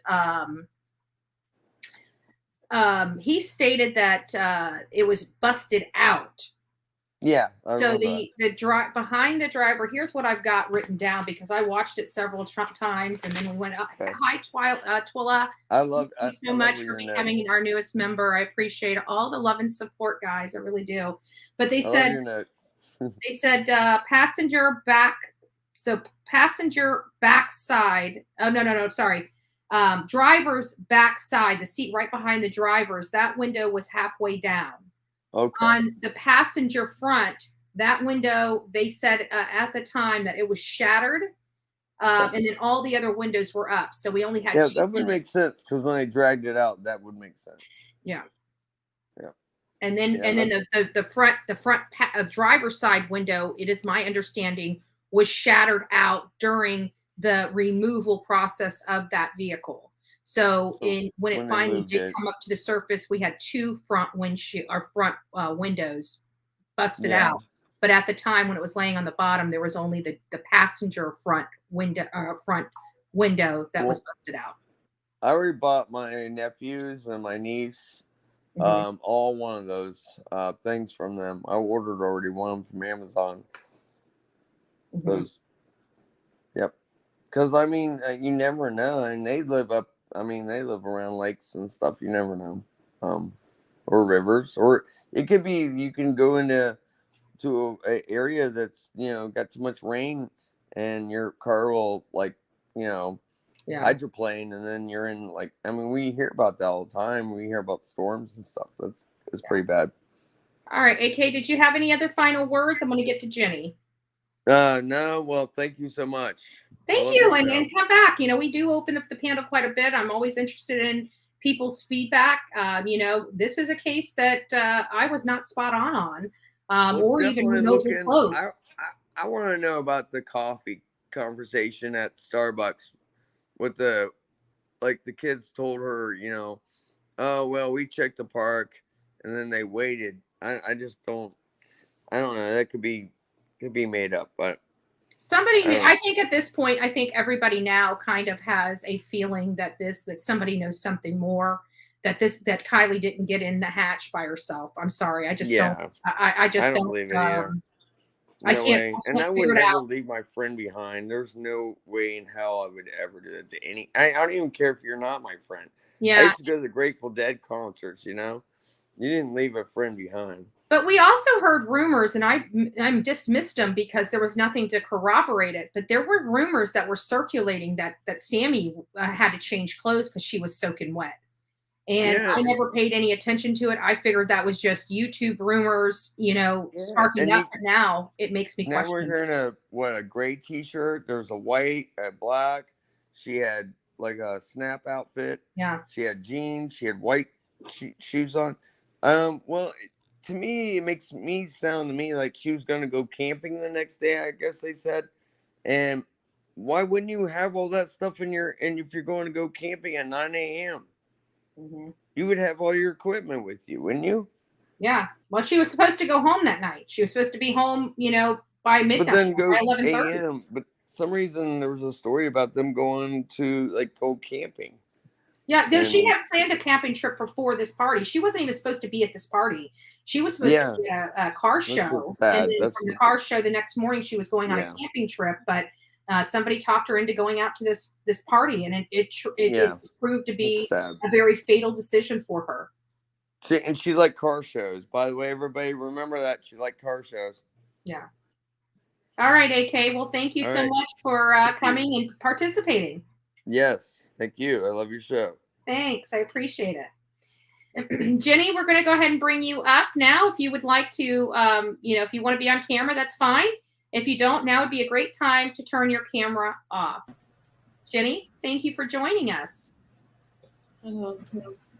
So, what do you think of this whole tow truck driver?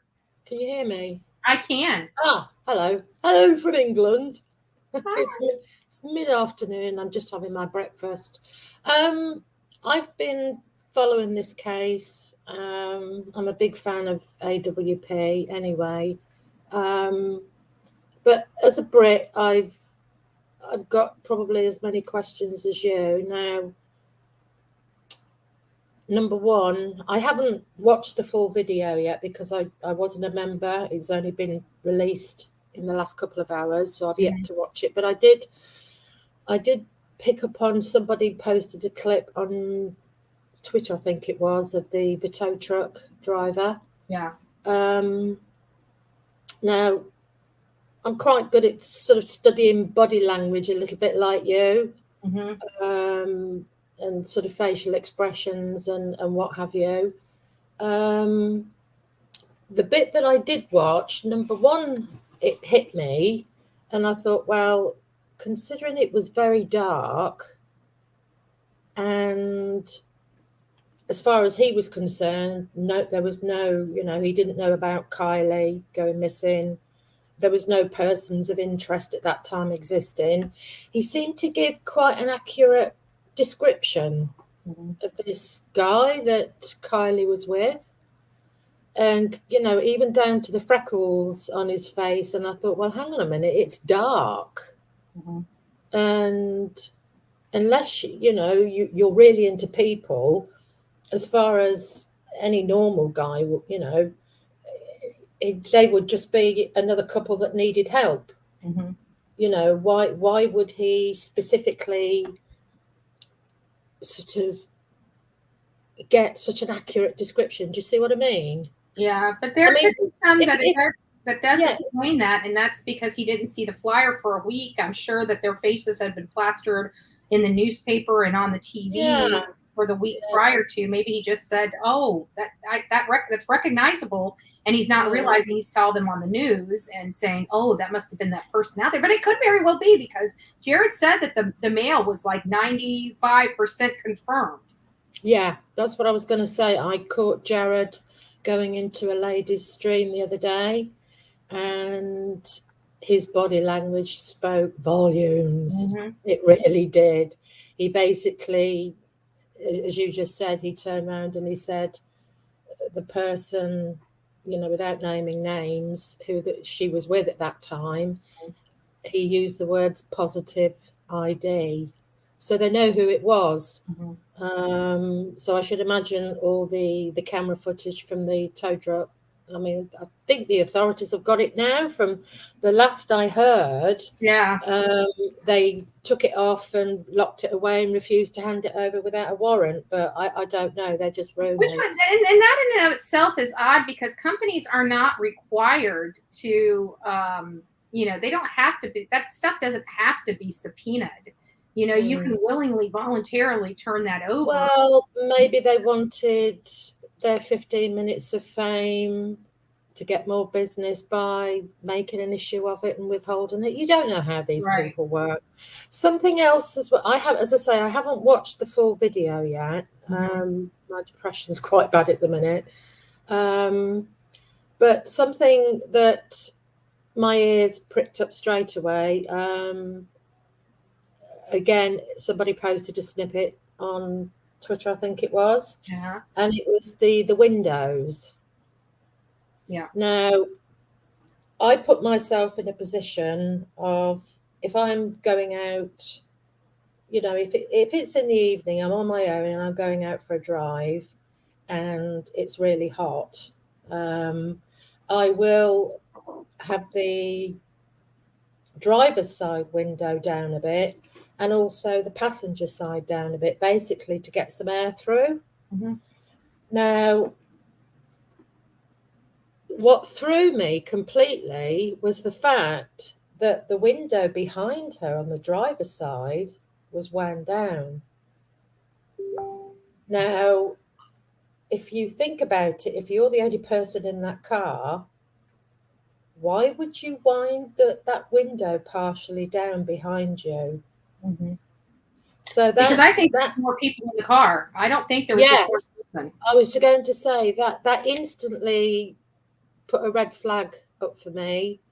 If that window was intentionally wound down, that tells me that there was somebody else there and not just her. Whether, as another question I wanted to ask as well, because I don't know about American cars are different to over here. They mention a black box. Mm-hmm. Now, is that fitted to a lot of different makes and models? So how this works is because our newer cars are all computerized. They actually have recording devices in our cars, not recording devices like a recording if you speak or things like that. But for example, there's sensors all over the car. So it can actually notify that your car has been in a collision because of these sensors. And that's what that whole OnStar and other services have. It's from those sensors. So that black box actually records. It can tell them that the left back panel was hit, or there was and speed and stuff like that. You can tell them a lot because it records the actual movements of the car, almost like so it can also the plain black boxes, except it doesn't start recording the interior of the car. So basically, it can also pick up the point of impact if the car was. So that is going to tell them an awful lot. A lot of this we're not going to know about anyway. But I'm pretty sure, and I could be wrong about this, and so, but I'm not 100% on this. I'm probably about 50-50. But it's my understanding before that box will start recording, an event has to happen to trigger that box to record. Right. Okay. Something else as well is it's just a shame that it rained, because that would have left quite a bit of evidence as far as tire tracks on the sand and stuff. Yeah, maybe faintly. But not knowing the area. Yeah, they said the ground was really, really hard, making it very difficult for impressions. Well, even with rain? Yeah. The rain came after, though. But yeah, there's not a whole lot of loose dirt. That's why, because it's all hard. It's not really loose. It's almost like cement. It's almost like driving on cement. Oh, right. So it's not 100% sand then. Right. It's compacted. It's okay. Yeah, being a brick, not knowing. But as I say, we're just not gonna get answers. Mm-mm. Well, that for a few weeks, I wasn't even going to go down the speculation trains, but I was hearing a lot of stuff coming out, and it was like some of this stuff is so outlandish that it's the stuff. Crazy. Yeah, I've actually stayed away from. So I wanted to give a more realistic platform for not necessarily like conspiracy theories, but to speculate and to discuss. What could happen, because none of us know. No, it's something else I also find extremely suspicious. And it's almost like the party never happened. Mm-hmm. If there were supposedly 300 people there, which I don't think there was, I understand from what AWP said on another snippet that there were several parties going on in the area. So obviously people may have gone from one to the other depending on how close they are. because I've had a look on Google Maps at the area, because obviously I'm in the UK, so it's a different kettle of fish. Mm-hmm. But one thing that is the same all over the world is the fact that kids, even half Kylie's age, have mobile phones, and they're glued to them. Trust me, I know. My grandchildren, I was pissed. Absolutely glued. But I was pissed. I was pissed at my stepdaughter. She gave her 4-year-old daughter a cell phone, a working cell phone. No, that's too much. Plus, it's kids just take pictures and video constantly. Mm-hmm. And if you're at the party, there's just, I haven't seen any evidence of this party. Now, it's not like they had an exact list of who was going to be there. Right. So the coppers could approach each of those and confiscate their phones. That's just not possible. Mm-hmm. So where is the evidence of this party?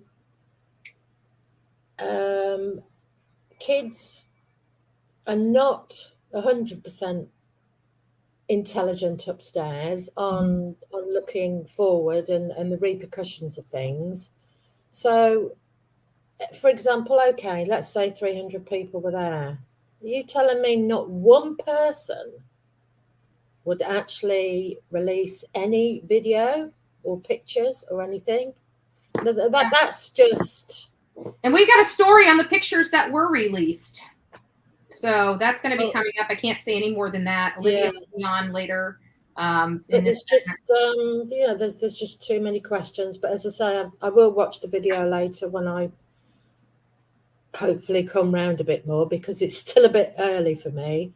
Right. But just the fact that when he came out of the water and he said which windows were open and stuff, because I've watched a lot of their stuff over the last 12 months, and as soon as he said that rear driver's side was rolled down, I'm thinking, if you're the only person in that car, putting myself in that scenario at that time of night, you wouldn't. Yeah. Basically. Well, it was in the morning when the tow truck driver seen him. Was the next morning, that next Saturday, between 11 a.m. and noon. It wasn't the night before from 11 to 12. It was the next day during the day right before noon. Right. Okay. That's where I'm. I probably answered my own question then, because I haven't watched the video. So it was actually the morning after. Right. And Jenny, can you find? I've got my back studio's getting full. No. You carry on. Do you have any other final words? No. Just thank you very much. And thank you so much, Jenny. I love meeting you. From being in the UK, it's difficult to get a perspective of true perspective of how things are over there. Like you just told me, I just thought it was normal sand. Yeah. But so that would tell me an awful lot. But anyway, you're gorgeous, by the way. Thank you. Thank you very much, and I'll leave you to it. You take care. Bye-bye. Bye. Okay, Kim, I'm going to go ahead and bring you up now. If you want to be on panel, that's fine. If you want to turn your camera off, now would be a great time to turn your camera off. Hi, Kim. Hi, how are you? Good. I've got the back panel. I'm sorry. I didn't know I was going to get this full, so I'm going to have to start limiting some comments. But go ahead. So I watched the video. I just watched it. So I've been following this and you the whole time. So my first question is, they confirmed, the tow truck driver, that he confirmed the Saturday date, that it was Saturday the next day. Okay, that's fine. But they've never said when he actually went to the police, right? Like they. Good question. Good catch. Good catch, Kim. So we don't know when he actually reported it to the police after they searched, or was it before they searched that area, just so they could kind of pinpoint, hey, in this area, was there not? Maybe they didn't believe his story. Do we actually know, did he really go to the police? So that kind of is in the back of my head, is like, okay, there's no details with that. Like, he went to AWP, but we've not heard a single thing from the police. Nobody confirms his story but him. Right. So that's a red flag to me, as far as like looking at it from an outsider's point. Like, normally when you have like a crime committed, the police will say, we had this clue from XYZ, but nothing's been brought up. So that kind of is like, okay. The silence is deafening from law enforcement right now in this case. Yeah, whole thing with law enforcement, they're just a big red flag to begin with. Also, AWP always says they bag their cars so that nothing is lost when they're bringing the cars up.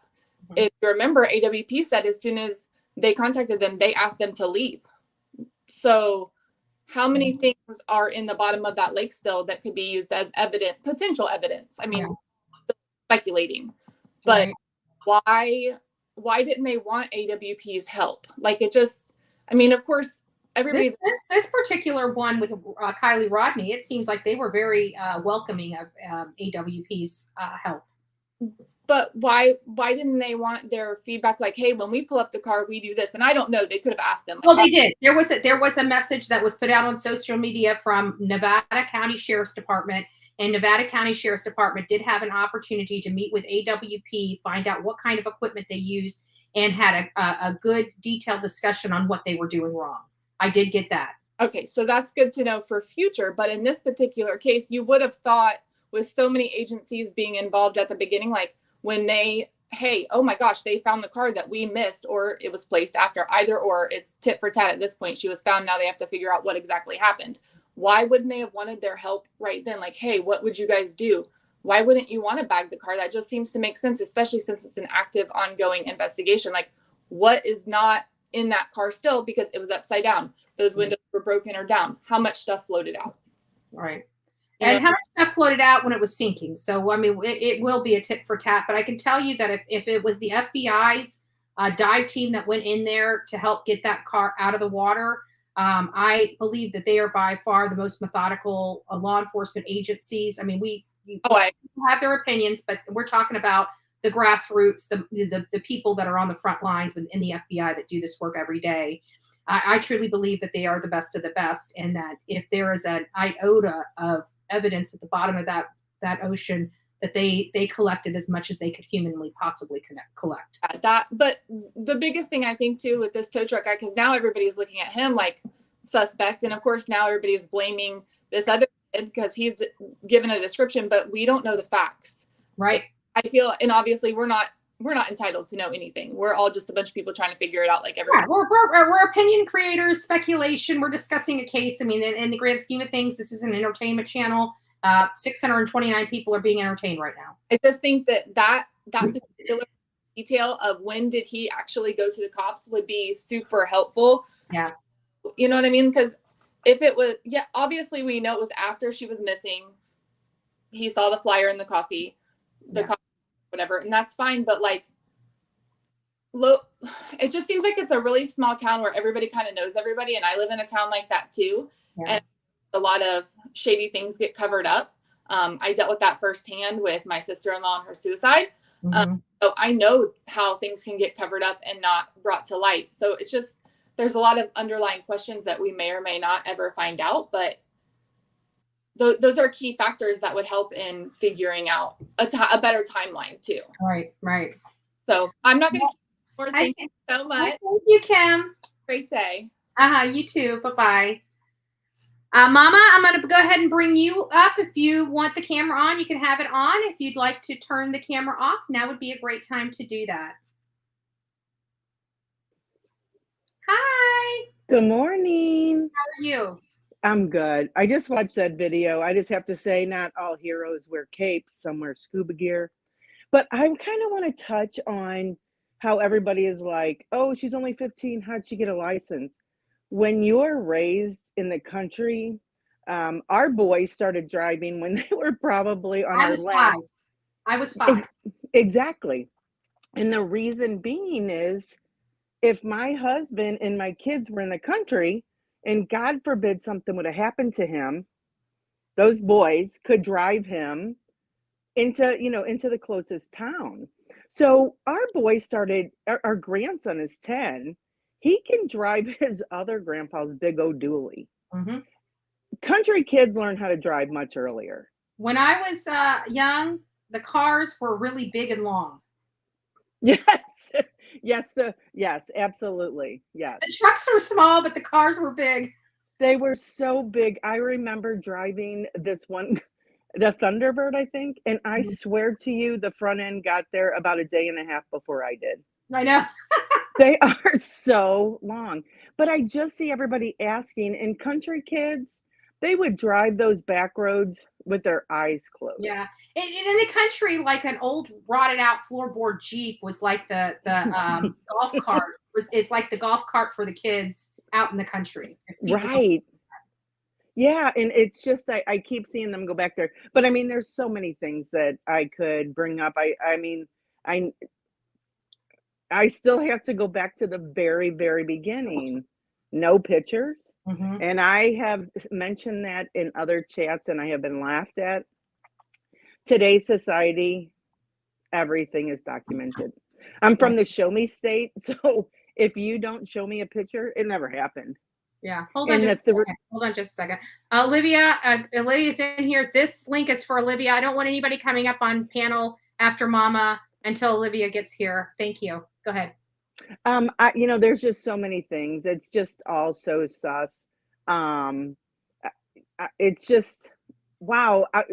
Somebody else brought me here, a rodeo singer that I have followed for many years, brought me to this side of YouTube. Never knew it existed. So happy to be here. I love everybody.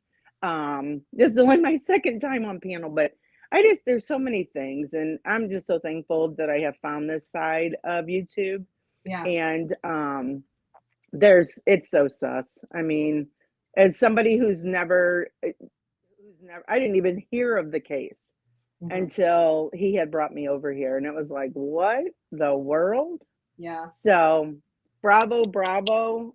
Thank you for covering it. Thank you for giving me the opportunity to kind of just to touch base that country kids, they learn how to drive cars very young. Yeah, we learned really young too, because when we stayed out at Grandpa's house, unfortunately, my mama and daddy would rather us be driving than him. Yes, you're exactly right. You're right. I mean, and when you have country kids, and I don't know about there, but where we're up on top of a mountain. We have 55 acres, and you go through 2 gates. Yeah. So as soon as any of the countries we've had, you always had to go through a gate. And the first thing they had to learn was to open the gate. Yep. And then once you open the gate, you pulled through, then the kids would get in the truck seat if they could reach the pedals, or they sat on laps. Yeah. And they drove from there. Or used wood, strapped it on their feet.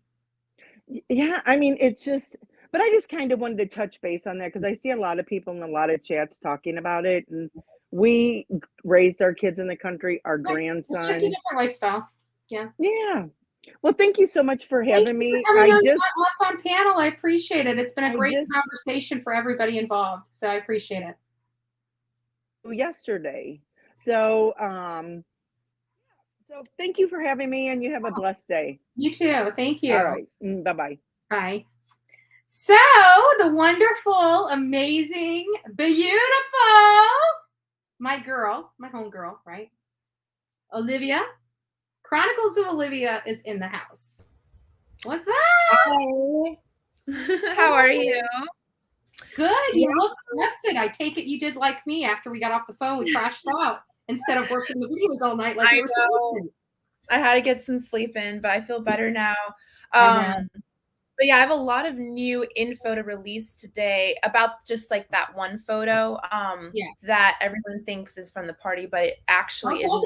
Don't give away the punchline just yet. Don't give it away. Don't give it away. So you're doing a video that is addressing some photos that surfaced. Yes. In the course of the Kiely Rodni case. Yeah, there is one particular photo. It's a black and white photo that is believed to have been taken from the night of the party. One of let me help you. Hold on. Stop. Sorry. People are gonna go, why is she interrupting Olivia? We want to hear this. You're not going to hear what the punchline is. You're not going to hear the information, folks, because you're going to have to wait for her to drop the video. And when she drops the video, then you can hear the punchline, but not until then. She's too eager.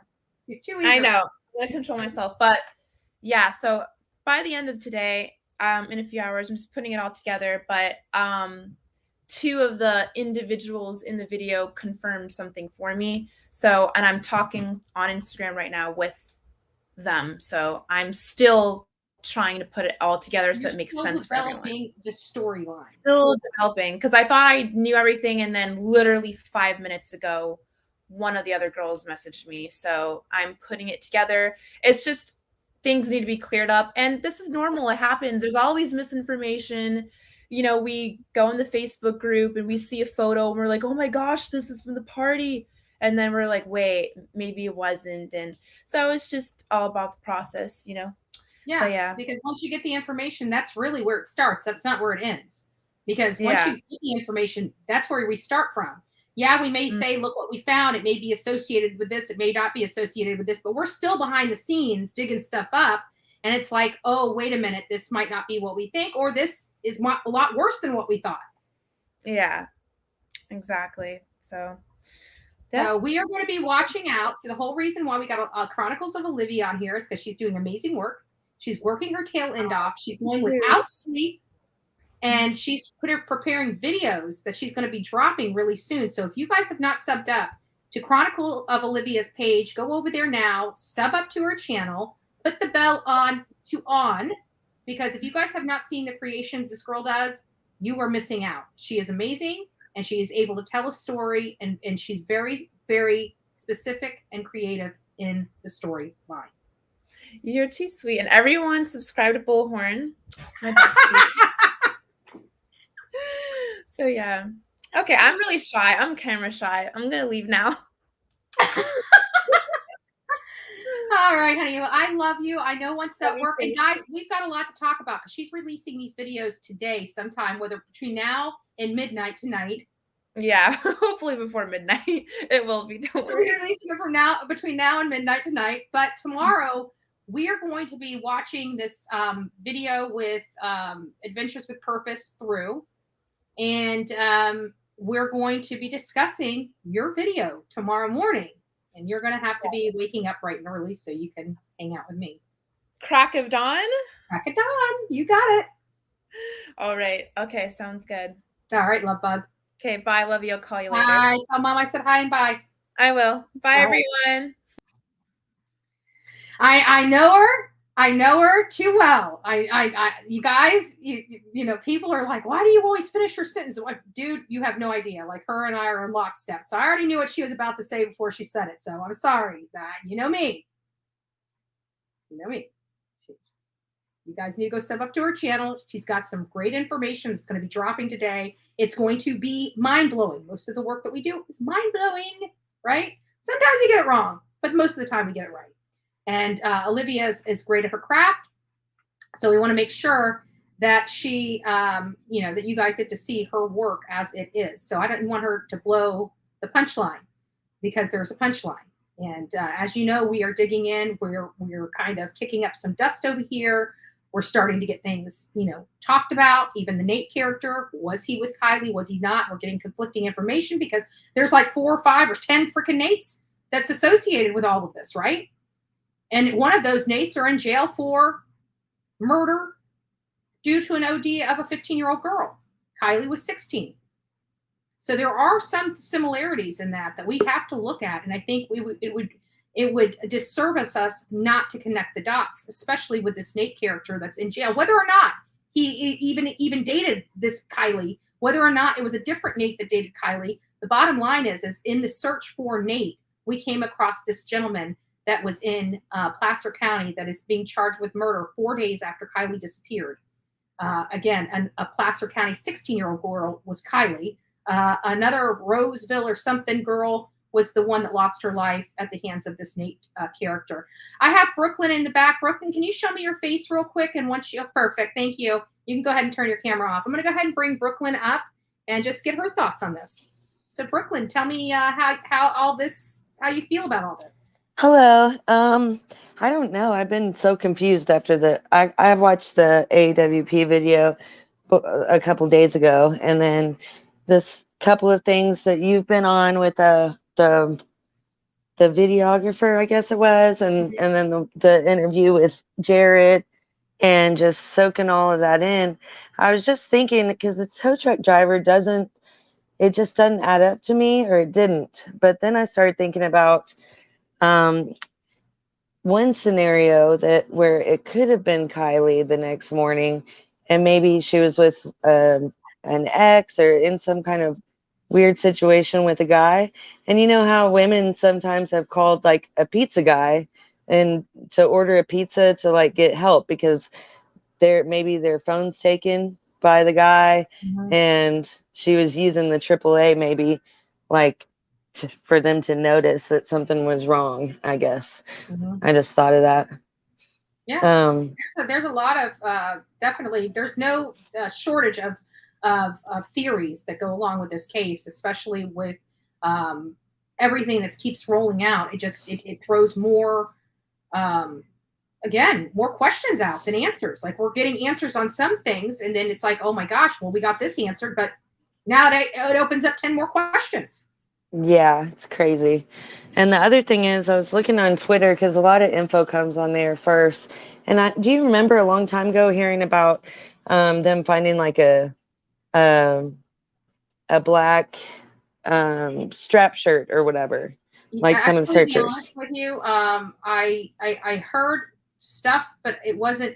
I didn't really hear it. It wasn't until this morning when I woke up and I was listening to Dolly's channel and everybody discussing the case that I realized that there was clothing found somewhere. Yeah, I was looking, and there's actually pictures, and that brings up more questions. On Twitter, there's pictures of this black strap shirt, but it actually looks like it is, like a bodysuit, like in the dirt. And I remember hearing a lot of talk about it, and then the police come out and say that there was no clothing found. And so there's actually 2 witnesses on Twitter that are saying they are the ones that found it. They called in a tip, and then they have the police saying, oh no, that was a hoax, or that wasn't real. And they're like, no, we are the ones that found it, and send in the tip.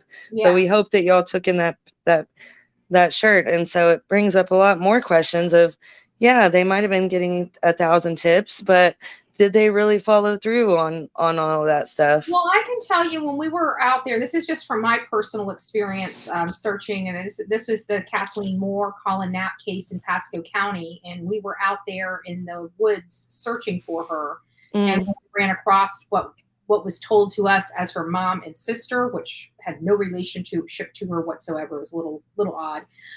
But they took us back to an area. The mom even's like, I wash her clothes every single week. I know these are her clothes, right? So we call law enforcement there to get them, and they're so old that there's no way it could be associated with Kathleen Moore. And so it was discredited. It wasn't that they didn't find it, but it had no association with the case. Yeah. Well, it was just some more things to think about, especially the call to AAA, because if it was somebody else, I don't think that they would use her AAA if that's an actual fact that it was her AAA. But I just thought of that there's people that have ordered a pizza or something because they're trying to get help, and they've got the guy right there, so they can't call the police or tell someone directly that they need help. If she was acting that weird, that the tow truck driver pulled over and called his girl. Why he didn't call law enforcement? Yeah. If it was that weird to call your girlfriend about it, then why is that the only thing you did? And just drove off, didn't drive there and check later or anything. Nothing. It's kind of strange. But it was such a strange encounter. Yeah, but I don't think he was intentionally lying about anything. At least no. It did appear that there are some very conning and conniving and cunning people out there. I didn't get that vibe from him, but again, I get my vibes when I'm in front of people. Belly to belly. Yeah, I didn't think he was either. It just it didn't add up of why that would happen, right. I don't know. But anyways, I'll let you go. I love your channel. Good job covering the case, and I'll keep watching from the chat. Absolutely. Thank you so much. Have a great day. Thank you. So guys, I wanted to show you guys this. It's a video that was taken this morning on Dolly Vision's channel. It's going to be discussing the car, so I'm just going to pull it up and just let it play until it's done, until I've got the entire segment. But it goes into, I'm pretty sure this is it. Let me just make sure before I pull it up here. Let me just make sure that this is where I'm supposed to be. If I see that Lambo getting in his hand, then I know I'm in the right spot. And that looks like a Lambo. No. Yeah. All right. I'm in the right spot. So I'm going to go ahead and play it for you guys.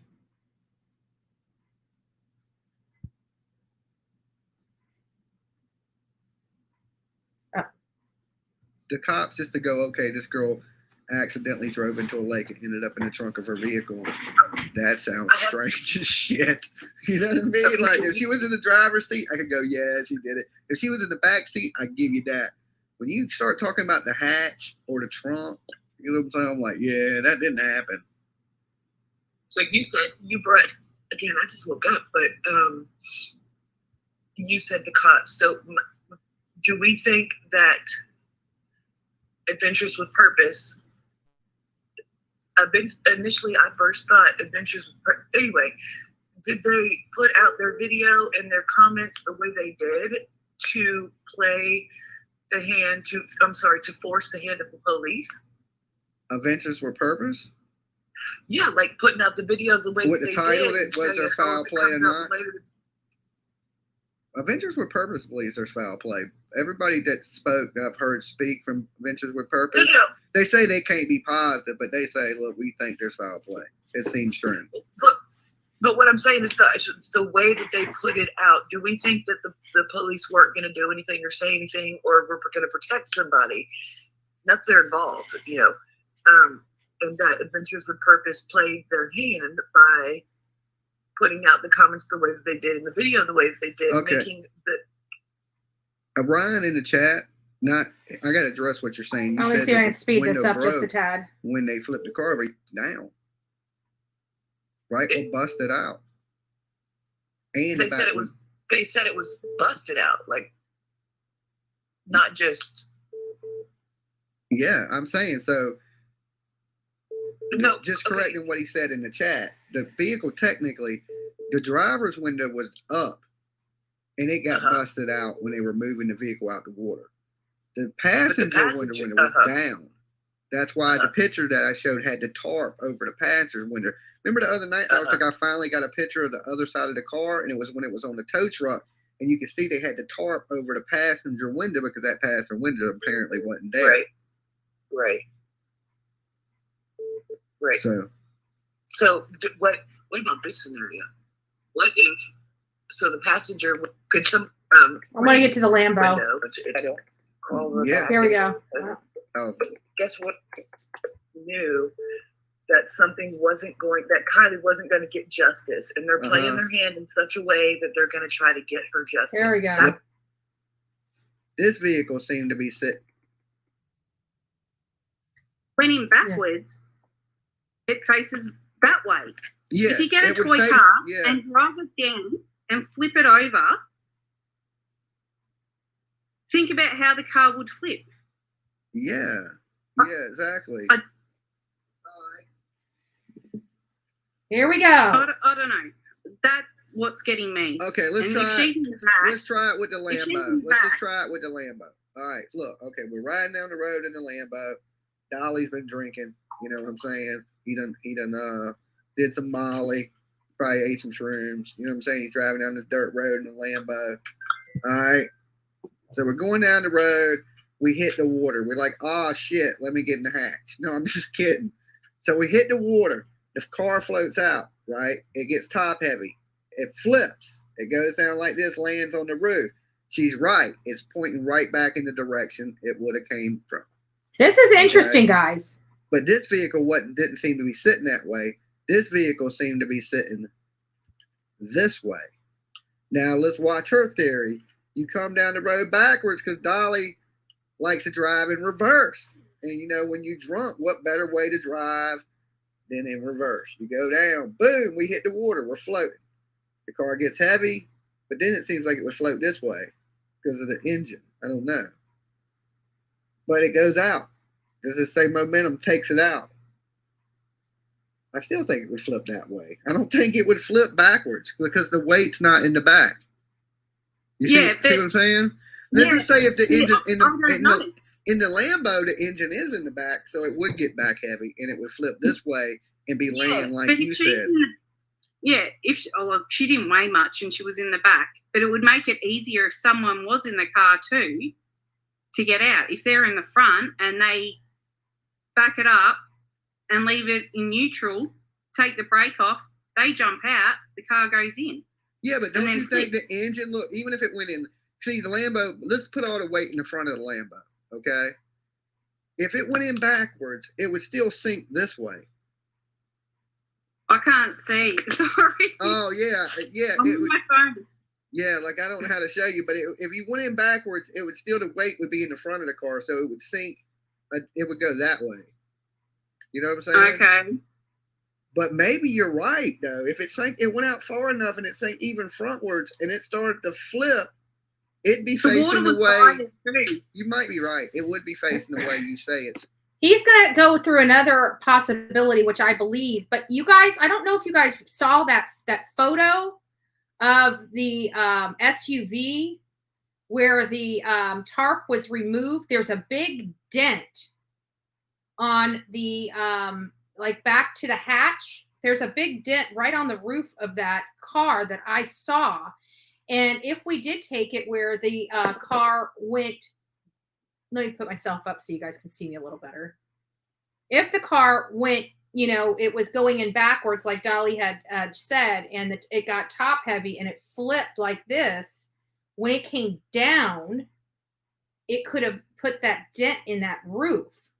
But he has another theory, which I think is more in line, potentially, with what I perceive may have happened when that car sunk. So let's just watch that as well.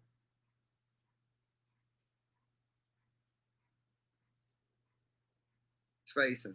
But it would have to go out a ways in reverse. Hit it like that, go out. It gets top heavy, engine heavy, starts to sink, flips, and we see it right there. Maybe the person in the front thought they could have opened the door and the car went in too quickly, so they smashed the window out and someone was in the back seat and jumped out that window. It's easy for people to get out of the car if it's going in backwards and she's in the back. She's not going to get out, but they've got more time to get out if it's going in backwards.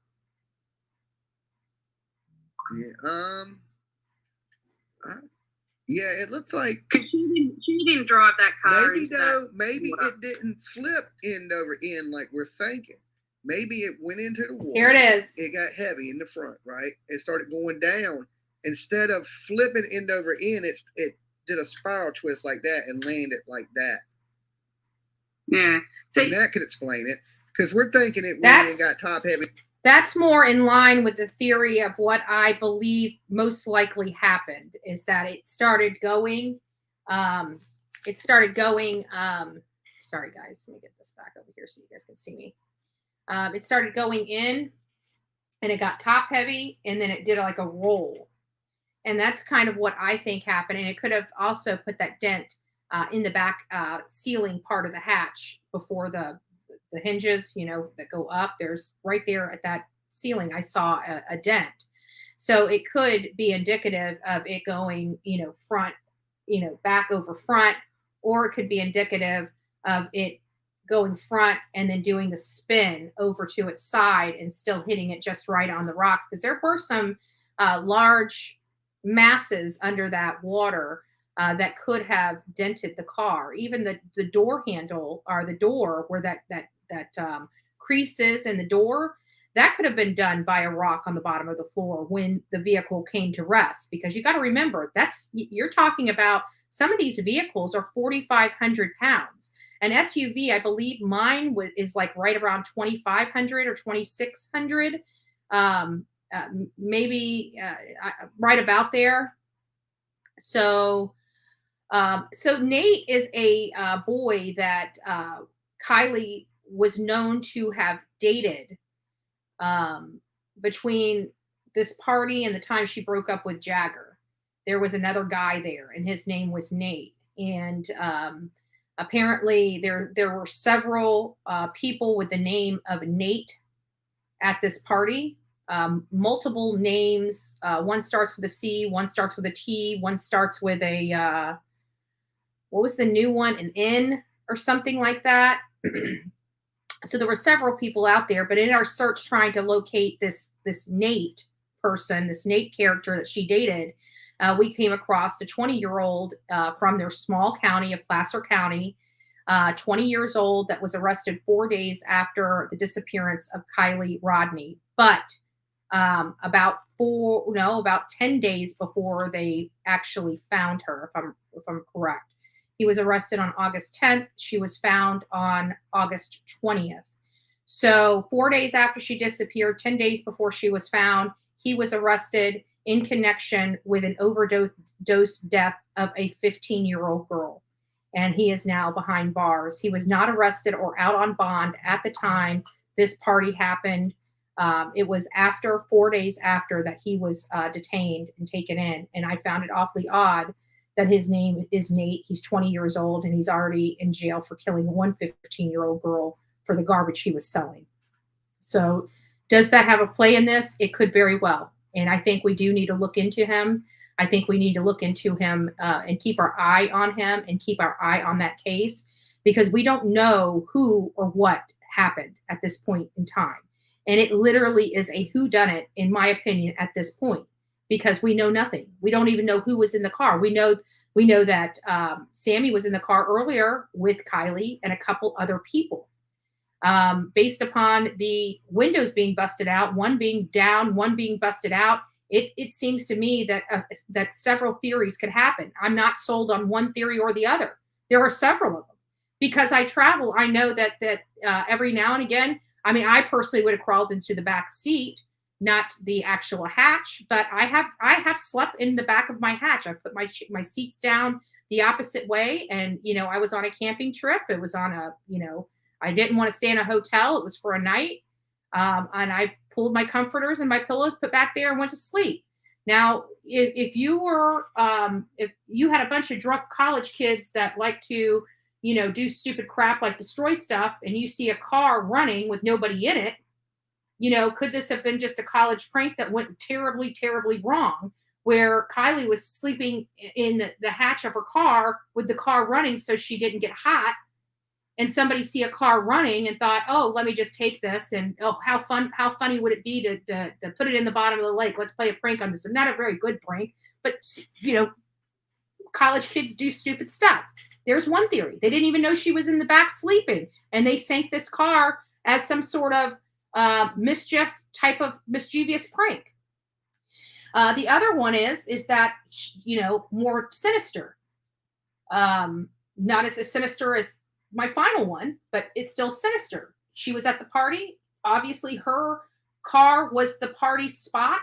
There was probably a lot of alcohol and other substances right in and around her car. Maybe and a lot of people in here had said the same thing. Maybe she OD'd.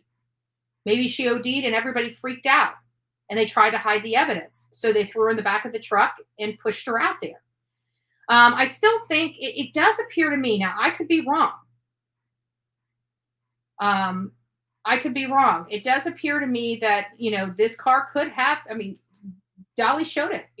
There is potential that this car could have actually been introduced to that body of water in a backwards position. Again, we don't know. This is all speculative in nature because we have no information to go off of. So naturally, left to our own devices, we start looking at this stuff. We start analyzing this stuff. We start playing with toy cars to play this stuff out to see how this stuff would be possible. That's how it happens. So, we still don't have any good information on Kiely. And at the end of the day, I have a funny feeling that, with all this speculation, there's a lot of people that aren't going to be 100% on this case at all. We're probably going to find a lot of uneasy details coming out of this because we're hearing that there was a possibility that she was back there without clothes. There was just poor baby. I don't know. I don't know. I'm just kind of just embracing for the absolute worst to be heard. But at this point, with her being in that hatch, and even when we were talking with the executive producer, we're talking about the headpiece. You know, the how hard it would be to get her to go through that piece, to get her back there if this was all done naturally. But as we're all sitting here brainstorming and talking about this case and in the chat, and everybody's throwing their ideas and opinions and speculation out there in the chat, it becomes apparent to us right then and there this morning in Dolly's chat. Wait a minute, we're acting as if this truck is sitting up on its wheels, and the roof is up to is on top, not on the sea floor. That changes how Kiely could move about that vehicle after it had already sunk, because they're saying there's a possibility of her just not being buckled in and her somehow floating back there. I mean, there is that possibility, but that's if the car was up on its tires. I mean, the only way she's getting to that back, the back of that hatch, is if she floats under the seats or above the seats, because the floor of the car is the roof. So now it really doesn't make sense, and it just screams like this was what was needed, because the information we had at the beginning was definitely not enough to point fingers. We still don't even have enough information to point fingers at a single person. Let's just be realistic here. We have no information to point a finger at anyone, because there's so many things that could possibly happen. That's just my opinion. I get, we can keep beating up Jagger and keep beating up Sammy, but it could be the drunk jock from, California State that decided to do something really stupid because he saw a car cranked. We don't know. This may be a person we never even thought of, because it's not even in their circle. We have to remember this poor girl was left out. Her friends left her completely trashed at a party with these older people. Look, what was Sammy thinking? I think is the problem that we, especially us as females, have. Like, who does that? Like, even if we didn't like them, if we saw a girl trash that was 16 and we were the last friends she knew at a party, and we just walked off and left her there with all these older people, barely able to walk and talk, and how could Sammy not think something bad wouldn't happen? She didn't know those people either. Anyways, Mama's coming back up on panel. Let's see what she has to say. Hey there. Okay. So the guys go down from AWP. So now they're saying that maybe she had no clothes on. Wouldn't that immediately say, whoa, we got an investigation going on here? There has been a major crime. This girl is in the back hatch, which is almost, even as tiny. It's the back of the car, guys. It's the trunk of an SUV. The trunk. We're not talking the back seat. No. We're talking the hatch. And now it's speculated that she's naked, and the cops don't go, oh, wait a minute, there's foul play going on here. I mean, every day this has been crazier and crazier. It has. I mean, if she's naked, is that not a sign of foul play? If that girl is naked in the back of that car, God bless her. God, I don't even want to think, what happened to her. And, if we find that out, it's like, you know what, even if Sammy had nothing to do with why she's in that lake, you know what, Sammy, like, what the hell? I mean, just the thought of my best friend, who's been my bestie since 7th grade. Mm-hmm. I have another friend who passed of cancer 13 years ago. Do you know that every year on her birthday, we still celebrate it? We still go out, we do something, we honor her. If one of my friends would have came up missing, my butt would have stayed there. I would have never left. Yeah, hold on just a second. I just want to clarify, people. The whole no clothes things is a rumor. Nobody has corroborated that. This is just somebody that threw this rumor out. We're just addressing it. We're not saying that this is true or fact. We do not have any information that states that she was naked in the back of that car. This is just what's being peddled around social media. It is speculation. It is just what is being rumored. But just to touch base on that, if that was true, that is foul play. Absolutely. I mean, and another question is why, like, if the 200, 300 people with no, 3 pictures that we don't even know was taken that night, why do you go to? Hold on just a second. Sorry. No, you're good. So we have a gal. By the way, thank you for the super chat. She says, can you look into the camera footage of the girl seen running topless, then pulled into a vehicle? I have not seen that. If you have the link to that, Yo Main Girl, can you send it to me at bullhornbetty@gmail.com so I can review it? I'll try to look for it, but it gets really, really difficult, because I don't really know what I'm looking for because you've seen it. So if you got the link, please send it to me so I can review it. Thanks. Thank you. And thank you again for the super chat. Like, this stuff really does help this channel grow a lot. So I do appreciate that. Anyways, go ahead. Sorry. So why do you target the 16-year-old girl?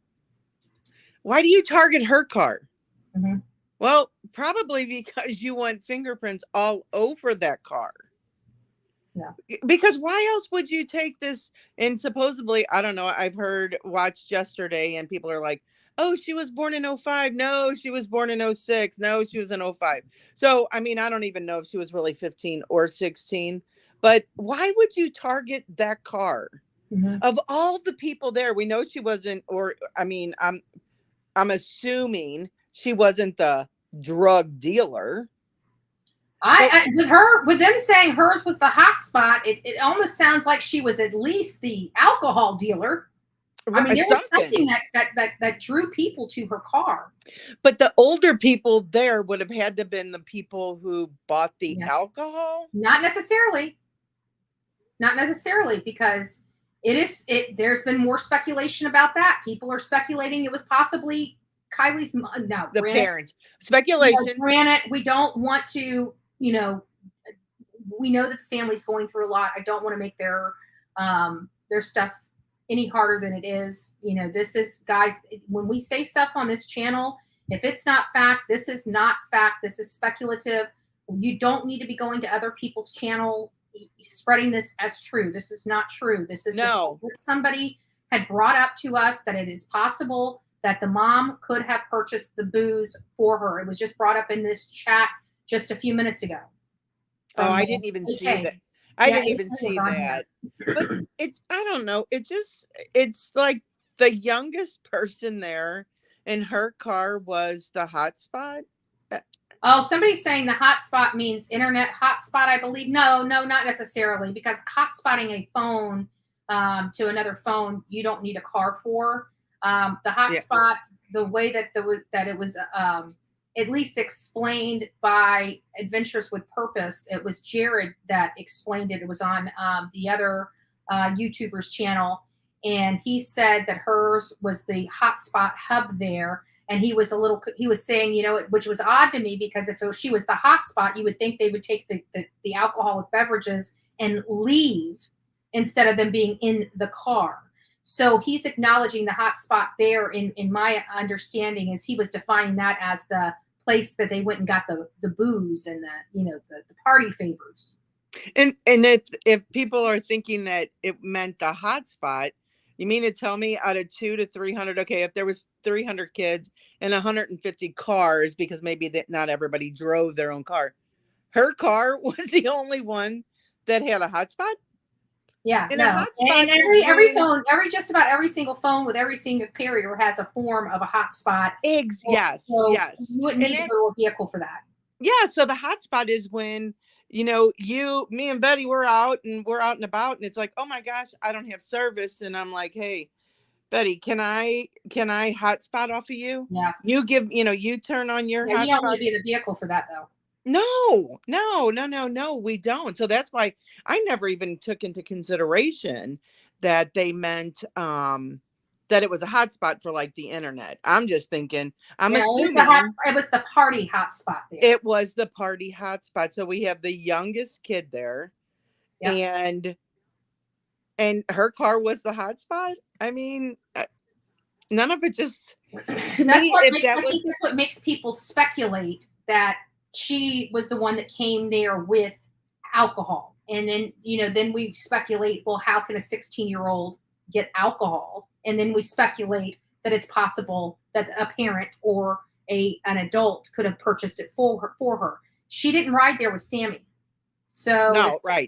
It wasn't Sammy's car that was the hot spot. It was Kiely's car that was the hot spot. Which is just so weird. I mean, and I'm 59 years old. I mean, I grew up in St. Louis and we did the Hey Mister. So, I mean, at 16, 17 years old, when people are like, I didn't drink back then. I drank back then. Yeah. I've been sober probably since I've been like 19. I'm not a drinker today. I did my fair share of drinking. So we did go to the liquor store and say, hey, mister. Yeah, hey, mister. And thank God for those hey misters, right? I mean, it's been keeping people drunk and cigarette filled since like 1925. Yes. So, I mean, the hey mister, everybody knows who hey mister is. Hey mister, can you give me a 6-pack? Hey mister, can you get me a case? So. Oh, we just got a child abduction alert out of Dade County. Is that Dade County? Florida. Oh. The world. What? Never ends. No, it don't. It don't. But I just find it so hard to believe that. I mean, again, I'm from the Show Me State, so it just, none of it makes any sense whatsoever. And then your 16-year-old has the liquor, even if mom did buy it, wouldn't you just take the liquor out and go, we got to put it in a cooler? It makes you wonder, was there a cooler back there? How was all this stuff stored? Yeah, those are valid questions. Those are the fine details that I don't think we're going to get the answers for unless we're on boots on the ground out there. And of course, we do have SF investigates with boots on the ground there, but it's kind of hard because he's too busy fighting with everybody, saying, "Oh, I'm with the family. I'm this." Nobody should be saying anything but facts about this case. Is I think one of the posts, and my girls in the chat posted it, and I started laughing. I said, yeah, everybody's just going to stop speculating and providing opinions because SF investigates tells us we should only be doing facts. Okay. Right. And he's the one who's... You kind of understand how this whole social media thing works, right? I'm just curious. Right. Yeah. I mean, and I really haven't been following him. He's got good footage. I mean, you can't lie, and I'm not hating on him. I'm hating on him because of his snarky comments, But, well, that's what I'm saying. I followed him in the beginning, but I mean, like, again, I've only been, I guess August 6th when she went missing. And then I want to say I probably was brought this way probably the day after. Mm-hmm. And so I did follow him, but then I kept following other good, other people that I really enjoyed watching. And then that led me, and then that led me, and then that led me. And now I'm talking. I wanted to call back and just say, that speculating, my assumption, just those few things. You're probably going to hear from me again, but that's okay. Hey, I really appreciate your chat. Thank you. That's why we put all this stuff up there, because at the end of the day, it's not just me. It's we have such limited information. The only way we're going to start getting our creative juices flowing and trying to piece stuff together is the speculative nature of this. I mean, right. What speculation makes the most sense is really where we're at. There you go. I do have a friend who was in Donner, who was in that area. They live they live up that way. They were on vacation, and all of a sudden I seen a picture of her, and it says Donner Lake. And so I'm like, Roseanne, were you in that area? And she said, yeah. I said, oh my goodness, because that was 2 weeks ago. I'm like, so did you see all of it? And and she said, we really didn't see anything. Yeah. I was like, what?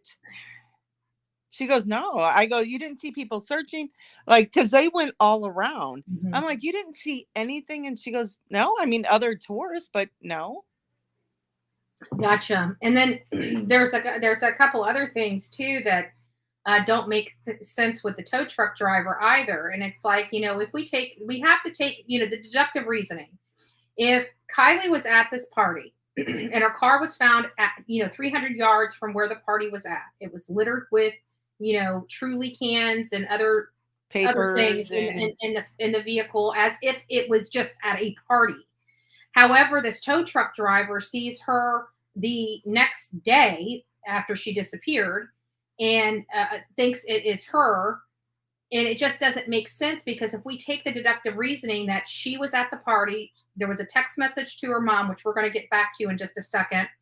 And then her phone dies at 12:33. I truly believe that 12:33 mark is when that vehicle was at the bottom of that lake. I think when that phone went off at 12:33, that was from the water, because the phones can lay in water for a little bit before they finally go. These new phones, they're sealed, they're more water resistant than other phones in the past. Yes. But it's only water resistant to so much. And that 12:33 mark where that phone turned off, I truly believe was when Kiely was dead. And based on, I agree with you, based on what phone she had, some of them are waterproof up to like 20 feet, 25 feet. And if she was found in only 15 feet of water. Yeah, but it can go down, but it can't stay down. And this phone was staying down. So that water was going, it was seeping through at that point. And also, gotcha. pressure, people don't realize there's still, even at 10 foot, 15 feet of going down, there's still pressure from that water going down to that level. Now you go 20 or 30 feet down, you've got major, major pressure. Gosh, so scary. So scary. You hate to say it. I hope she didn't have to experience that. Mm-hmm. I mean, I think a lot of us can say that's one of our biggest fears is being stuck in a car. I can't even place myself there, because I can't even imagine the panic and the fear, what goes through one's head when you're in that, and especially if you're in the back, you're in the back hatch. Mm-hmm. The trunk area of the SUV. The trunk area of the SUV. I can't even fathom. I would not. Yeah, I mean, but there's just, again, it was just struck me weird. It's like, okay, so she was found, with no clothes on, and the police, they've already called her out. She has no clothes on. Yeah. And we have not heard that this is a investigation. Something. But we also, let's be honest here, we also have heard nothing from law enforcement since that last since that last press conference. So nothing. Who's following up on this to find out if this has moved from maybe a accident investigation to a criminal investigation or a homicide investigation, and who would be conducting that? Because this was this was in a car right now. It seems like, because it was a fatal accident, according to them, for what they're, when they pulled her out, as far as they're concerned, at this point, it's just a fatal accident. Now, at what point does that move? And does the murder investigation then go to detectives in Nevada County, or does it stay with the detectives at the Florida Highway Patrol office? Once it is no longer a vehicular accident and maybe more nefarious means, more foul play involved, at what point, when will they be moving that from, say, an accident investigation to a homicide investigation? Who knows? Right. You think that they would immediately do that if they saw something out of character in that car that they can't explain? You would think that they would be like, look, there's no way she can get back here. There's something else here. You guys need to look into it. Somebody else was behind that wheel. But it could still be a fatal car accident, right? It still may not be a murder investigation, because it just may mean that somebody else was intoxicated behind that wheel, which would still be a vehicular homicide as opposed to murder. Right. Yeah. I would hope that the law enforcement in Truckee, I wish, I hope that if that does, I hope it does come to that, because I mean, this is sus as all get out, but I would hope that that town has nothing to do. I know sometimes things happen, and I know that they bring in other jurisdictions to help. So hopefully with seeing like some of the things that have taken place, that's not who takes care of it. Going back, I've gone back and I've been watching some of the press conferences. Man, there's some telling stuff in there.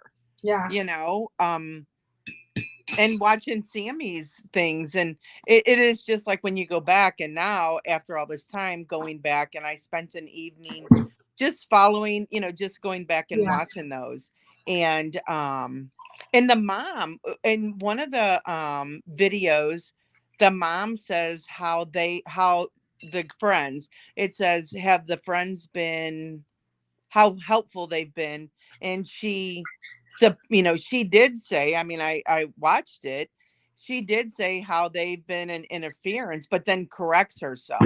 Yeah, well, So, she seems, you know, I don't know, she seems like she would be a nice person, but you know, some of the things that she's done since her daughter's been missing, I that just don't sit right with me. Like, you're yelling at Adventures with Purpose for not notifying you when you know for a fact you never gave them your number. You're mad at them because they didn't contact you, but they found your daughter when nobody else could. So your first thing is to be nasty to them instead of thanking them. That is like one. And maybe that is just, you know, that's maybe like one of the steps of grieving, but never in, I don't know. I've never been in that position. I hope to never be in that position, but I don't think I would have been able to find anything but gratitude. But it sounds to me like it's the father's side of the family that has been, you know, just very nice and yes, with everybody. It seems like they're the ones that are preparing those beautiful statements from the family. Yes. Because I thought it was the mom, to be honest with you. I really thought it was the mom. But then when I go back and look how the mom talks and how she posts and stuff, I realized this language here and her speech pattern here does not match the speech pattern here. I have a funny feeling it's the grandfather that's doing that, because he was the musical, lyrical person that enjoyed spending that time with his daughter or his granddaughter. And it seems like everything that's been put out has to do with art of some sort, whether it's musical art or, lyrical poet, almost lyrical poet. And it seems like that stuff is coming from the grandfather. And I believe the grandfather, in my opinion, may have wrote music before, because the way that is written, it is written from somebody that has a lot of literature training. Exactly. I agree 100%. Yes. Yes. And I mean, I can only speculate what I would do, but my feet would have been on the ground. I can be a bossy person, and I just imagine myself telling that, you know, her friends, no, sit down, listen, Mr. Police Officer, come up here. What are we doing? Yeah. You know, like, let's get, you know, because she's saying about no parents, get in your car and drive away. But then in the next breath, she's saying we need as many people to help as possible. So and it makes me wonder, did she say, we need to be very cautious what we say, because there are some legalities here, and, blah, blah, blah. We don't know what was said to those kids if no law enforcement agent was in there. You would think that they would have had an undercover teenage looking like a 21 Jump Street agent in the group of people, so they can get an idea of what's going, and they may very well have. I mean, we're dealing with the FBI. They're very, very cunning. The FBI, so, Right. So maybe there was somebody there. I don't know what they said. I don't believe that. This is what I found out, and I haven't released this yet, and I'm not going to do it until tomorrow. I have some updated photos of Kiely. Okay. I've got updated photos of Kiely that I have not seen out on the internet yet, and I have some very personal, a personal photo of her friends, and one that I think might surprise many because of their age, and it just makes this story so much more sad. But I think it needs to be told, because sometimes I think anger is directed at the wrong people, and sometimes there are unintentional casualties in this, and we want to make sure, at least for me, and why I've been so cautious with this, because of the age of the kids. and what was being speculated that they did. I just wasn't willing to go down there. But now with this new information from Adventures with Purpose, it's kind of hard not to go down that trail, because there's something that doesn't make sense here. Oh, a lot of things that don't make sense. There's so much that doesn't make sense. Does anything make sense?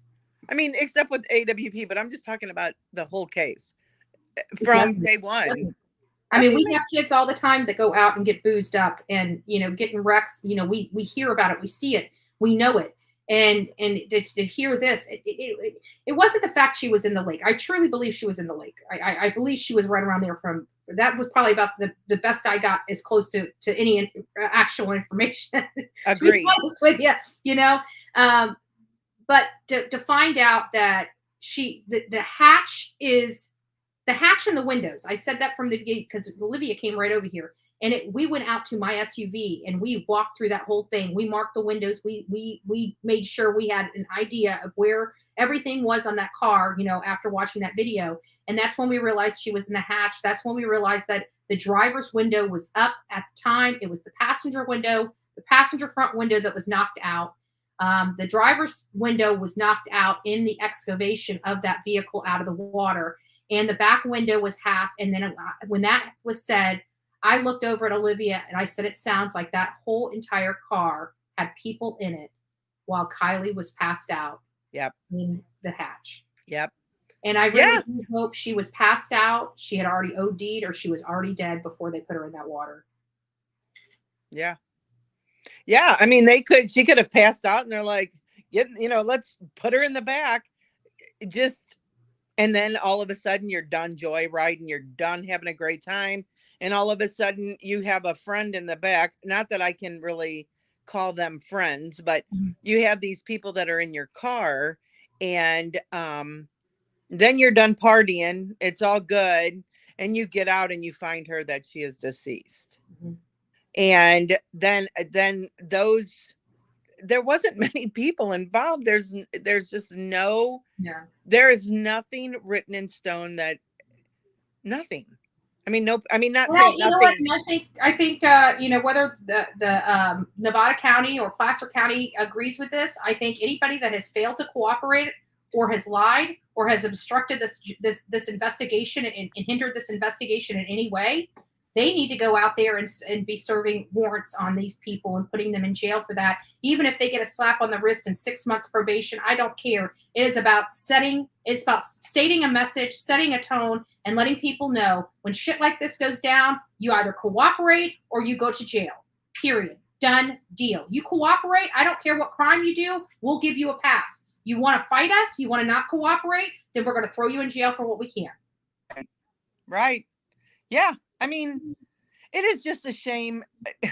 I mean, in St. Louis, I'm about 20 miles outside of St. Louis, and we have people who are committing crimes, and they're walking, they're killing people. They're being, our, oh gosh, I don't know what she is, but she just lets these people go. And then you have people who don't want to talk, because why jeopardize yourself against somebody who they're just going to let walk out the door. So it's just frustrating to see that, this is the 6th, we're on the 2nd of September, and that we are no further today, except with the information from AWP. Thank God for them. Thank God. Yeah. I mean, and if anybody wants to dog them, screw you. You're on the wrong side of that argument if you want to dog Adventures with Purpose for whatever garbage, BS, petty ass thing you could complain about. Oh my God, they didn't call the right parents in the right order. Who cares? Right. They only could call the people who had their phone number, which was the aunt and the grandmother. And bio dad is there. And I think grandpa too. That's kind of, but I do know that I seen bio dad there on scene. He was there. He was watching. And that comes back to this whole thing with me feeling uncomfortable. And I'm not saying it because she's a grieving mom, and I don't care what my opinion is or my speculative in nature.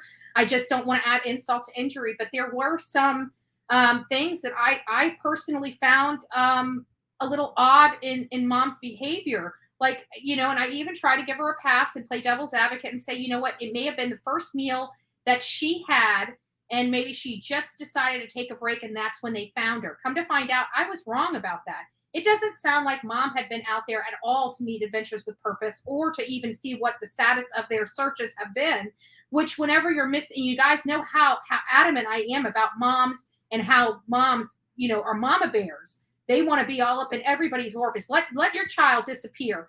You know, my mom is a very sweet, docile woman. Let me disappear. You're going to find out, you know what I'm saying? Absolutely. That beautiful, wonderful woman is, you know, it's like the something short of The Shining coming for your ass. Like, you better believe it. You know? Yes. So it's like, it's a little odd. Like, why is mom at a sushi restaurant? Like, even your kid's missing.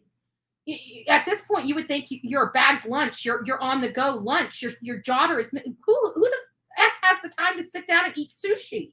Right. And sushi, I'm sorry. If I'm upset, I mean, and that may be her way of eating. I don't know. You're right. I mean, it's not my way of eating. Right. And I'm thinking to myself, and I heard that. I mean, has it been confirmed that that was from her, that she did say that? Are we still? SF Investigates is the one that's been complaining about this because he's got all the inside contact with the family, and he should be the only one that talks about this case. Well, SF, move on over because you're about to get kicked out of your own arena. You keep talking like that. Absolutely. Absolutely. And but when I heard the sushi thing, I'm like, okay, I would be eating toast in chicken broth. Because right, you've got a missing kid. You know, I'm not a McDonald's person. I don't really care for McDonald's. No. But you're on the run. Your kid's missing. You have to eat. I get it. You eat what you can eat. You don't go in and sit down for an hour to have a freaking sushi lunch. You grab a freaking, you know, a McDouble and a French fry and eat it on the way out to the scene. Out the door. I would personally grab a bag of them because I would hope, like Cal, where I'm going, where they're going to have like this little, you know, we're going to go look for it. Well, I know at that point, but I would be grabbing a bag of McDonald's to take it back. But another thing now that but listen to this. If I was missing and Adventures with Purpose, this organization that has solved 24 unsolved cold cases in a matter of 12 or 24 months, whatever it may be. Yep. If that they were coming out there and I was missing, you bet your ass my mom would be out there to meet them. Because she would want to, one, pray over them, two, give them a hug. Yes. For taking their time out for her daughter. Yes. I'd be know who the mom is behind that face that they're going to search for. And again, like I'm only speculating because I've never been in her position, but I don't know. I just can't imagine that's how I would act. I can't imagine. Yeah. I would be out there. Again, you know, we don't know what their lifestyle is. We don't know who they are. We don't know them personally. You know, and this could just, again, I think you brought a valid point. This could be her decompression outlet. Yes. You know, for all of this, we don't know. We don't know her like that to really have an opinion one way or the other. But I can just say that to me, it seems and felt odd. Does that mean it is odd? Of course not. It just means everybody has a weird feeling. Right. That's all that means. Yep. And that's all, you know, it's just our speculation. Yeah. I just can't imagine being so upset. I can't imagine being I can't imagine eating sushi with my child. You're right. I wouldn't eat sushi without my child missing just because it's not my type of food. Oh, I love sushi. Yeah. I love sushi. So the whole sushi, but it's the event. It's the event. You've got a missing child that's been missing for weeks. You've got a big organization coming out to put their resources in the water to find your kid. My ass would have been there. You don't introduce yourself to them, but rather you go to a restaurant to eat sushi. Again, I don't know what's behind it. I don't want to beat up she's missing a child. She gave birth to this child. God love her. You know, even if she made mistakes as a parent, you know, nothing she has ever done does she deserve this outcome for? Absolutely. So I want to make Right. sure that is clear, that Absolutely. she could be the Mother Teresa, or she could be literally next to Satan. It doesn't matter. She gave birth to this child. She obviously cared for this child. This child was well taken care of. She was well smart. She was so smart. She was an amazing individual, and she was going to medical school to boot. Like, it appears that these parents did everything a good job. right. And so even if they did do some wrong or make mistakes along the way, I think every parent has.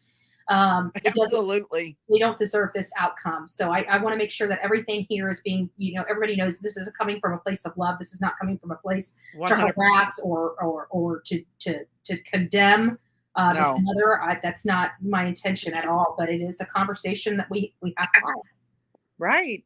I mean, it is, because why? I'm like you. I mean, and your mom, I would have been down there waiting. I would have been so excited, first of all, that AWP was coming. Not that I knew who AWP was prior to them being, AWP's coming. It's like, oh my gosh, use AWP. Looked them up, went down their rabbit hole. Heroes. Not all heroes wear capes. Right. Some wear scuba gear. And I just was like, oh my gosh. Yes, I would have been down on that boat wherever they went to.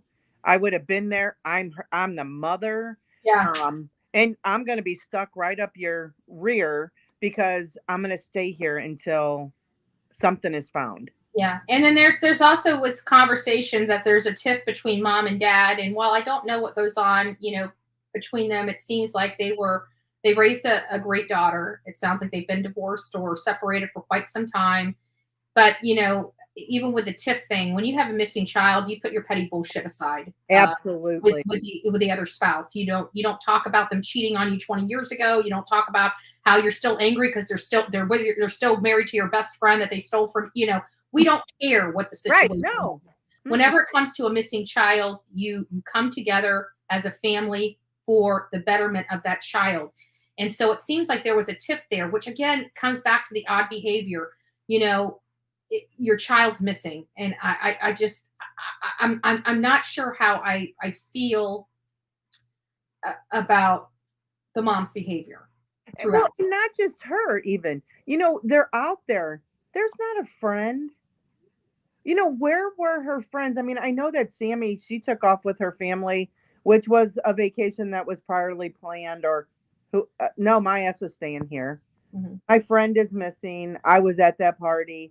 I need to help. I mean, there's no markings for her. Let's honor her. Mm-hmm. Yeah, there was that little small heart like on the beach that I seen, but we're talking young kids. These kids would, I have friends in there, and just in the community that I live in St. Louis, there are so many people who are dying of overdoses. Mm-hmm. And fentanyl is killing a lot of people in St. Louis right now. These people these are homeless people who are dying. And I mean, I just think there's so many things missing. The mom not being there. I don't care if I was pissed off at the ex. I know. I would have made his ass uncomfortable. We would have both. Hospital. I was 20 something. I can't even remember how old I was. I was 20 something, and my dad went to Missouri with his girlfriend. My mom was in Tampa with my little sister doing the Karen G. Coleman March for Life, and they camp out there in Tampa. And I had taken my dad to the airport, so I had his Jeep in my yard, and I had gotten bit by a brown recluse spider, and I didn't realize it. I had done a lot of stuff, from painting his rental property to doing yard work to doing this, but my dog slept in my bed, so I naturally thought it was like a couple flea bites, nothing major. My arm just got worse, and I almost died. Well, my family had to pull together and, figure out how to go pick up, dad from the airport, dad and girlfriend from the airport, mom coming in. I have a huge gaping wound in my arm. You can see the bone, I mean, I could have died. Absolutely. And both my parents, they don't like each other, folks. Believe me, even after my little sister's over 20, and she's with my sister with my stepdad, So my parents have been split for like 20 some plus years, almost 30 years they've been split. And they still can barely stand to be in the same room. But let something happen to their kids, and they're going to be side by side. You put all that crap behind you. Absolutely. My dad was violent. My mom has to eat the fact that my dad will eat. She's got to tough it up and suck it up and deal with what she's got to deal with for the sake of her children. Yeah, I would have. I mean, we would have been. I would have not worried about him, first of all, and if it would have caused more of a tiff, then there would have been more of a tiff. But I would have been sitting on that bank. I would have been with AWP the whole time. Wherever they went, I would have had a line. I would have been stuck to them like glue. Absolutely. Because at the end of the day, we know my daughter, like for me, I'm just putting myself in Kylie's mom's shoe. We know our daughter is not home. We know something tragic happened to her. The only thing that's around them at this point that appears to be the answer to the question is water. So you'd have to think that they're in water. You've got an outfit that's scanning this water. Right. Why aren't you following them like a dog following a bone? Absolutely, yes. And then I see people too talk about, and I'm a mom of 2 boys. They're men, 36 and 40 now. But I mean, I have to say again, we lived away from the city. We were out, and people were like, "Well, what kind of mom doesn't stay awake when their kids are out?" Me. Yeah. I mean, I had to work, I had to sleep. They pretty well knew what time. So I was not a bad mom. I mean, I was far from perfect. Yeah. But I wasn't always awake. There were times I fell asleep on the couch. Naturally, and woke up the next get comfortable with your kids being independent. Let's be honest, parents, they learn to get comfortable with their children being independent. When your child comes back 100 times on time, you don't think anything for that one time that they may be running a little bit late coming in that door because they're so responsible. Right. The first thing I would do was run upstairs when I did wake up. Oh my God, I didn't hear them come home, or just go to the front window to make sure cars were there. All I wanted to make sure was a car was there. And, but I can't even, put that on a parent. IMT Summer says Kiely has a younger brother. Maybe that's why mom wasn't there. It very well, again, I don't want to beat up mom. Mom's going through enough. Absolutely. I mean, we're just talking about what we would do. If I was in that position, I would have been there. And I understand, I would just think a community would come together. Yeah. But here nor there, I'm just saying what I would do.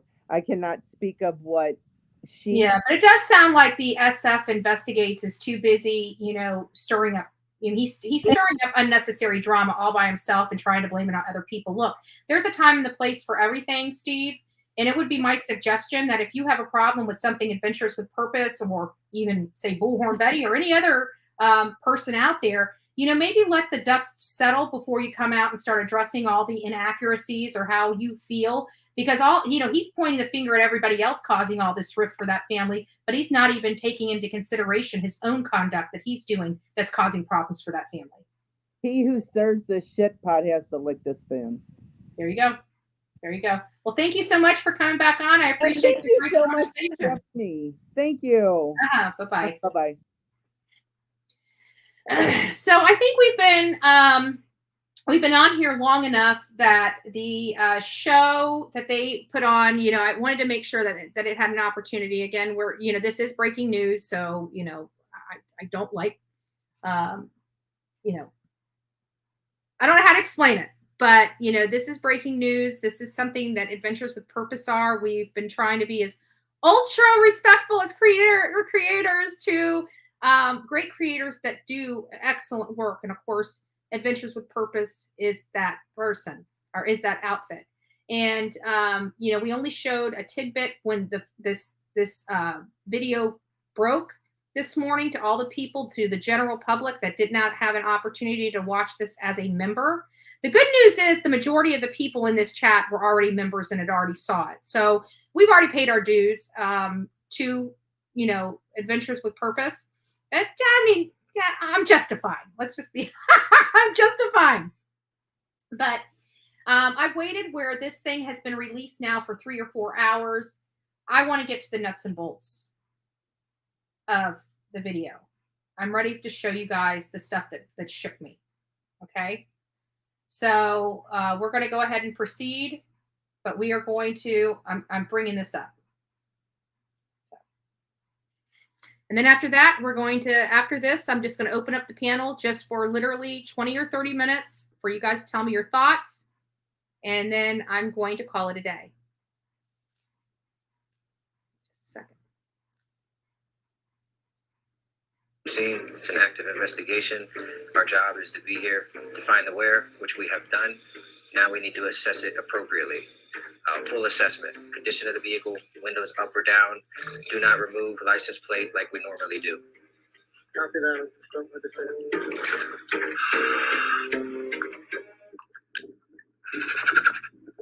Now, just to give you guys a little bit of drop on this, as many of you guys know, Nick is newer with Adventures with Purpose, and this was his first dive, okay? He was new to Adventures with Purpose, and this was his first dive. He was actually in this area and called Doug. Sorry, I have to remember their names, new names. Doug Bishop over to his area because he saw some shadowing. He didn't know what the shadowing was. So not only did Nick, the new guy of this team, locate the car, he actually dived and did the initial evaluation of the car as well. So this was his first for a lot.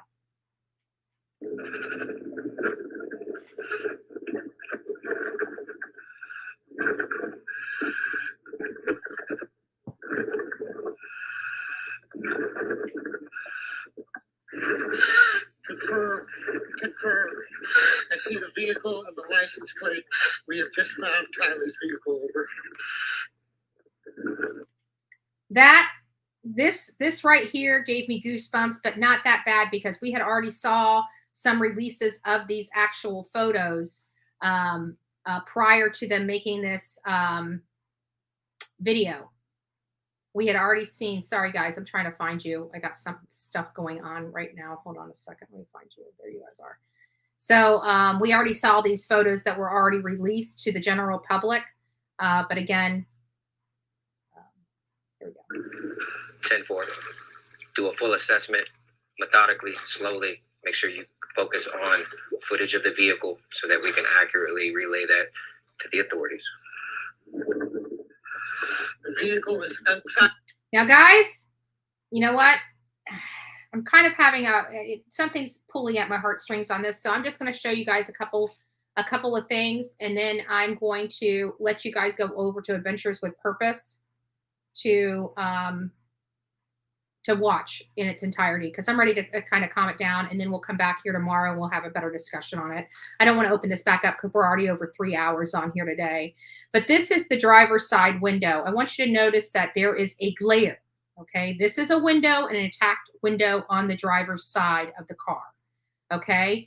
The reason why I'm pointing this very, very specific thing out to you guys is because many people kept telling us that the driver's side window was broken out. It is not and never was broken out until this car came to the surface or was getting prepared to come to the surface of the water. So we have an intact driver's side window. The back driver's side passenger window was halfway. The passenger front, the seat next to the driver's seat, that window was busted out. The seat behind that, the passenger back seat, was intact. The hatch window was intact.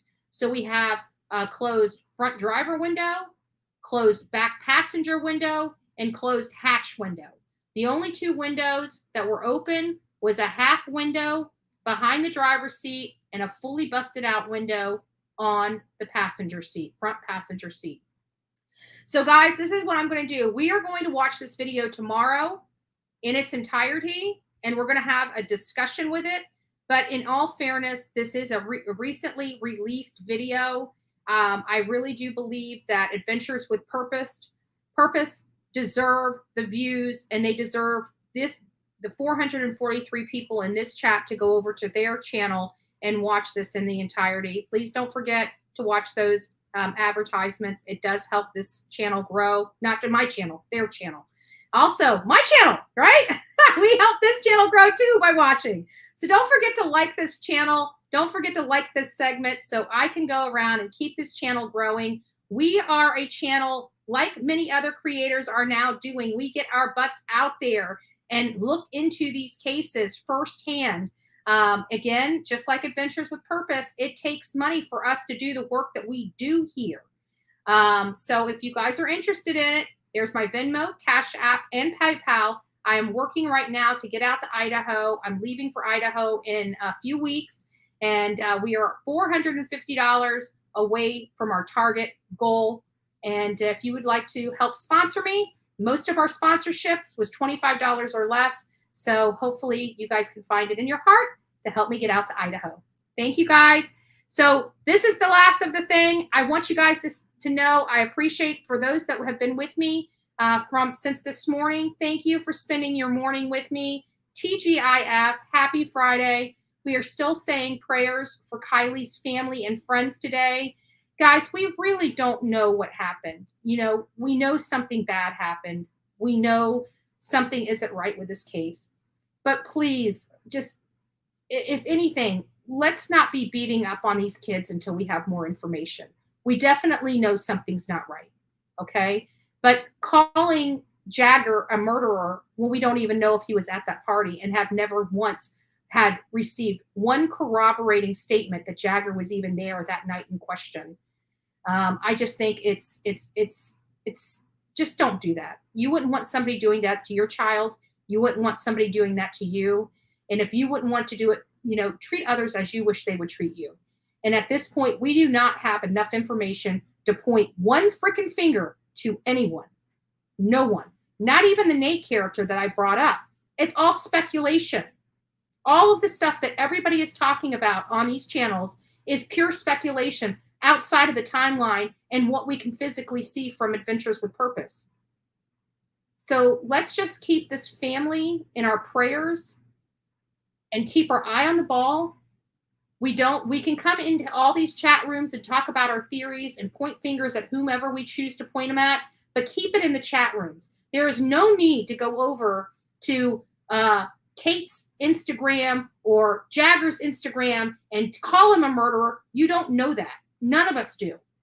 None of us do at this point, right?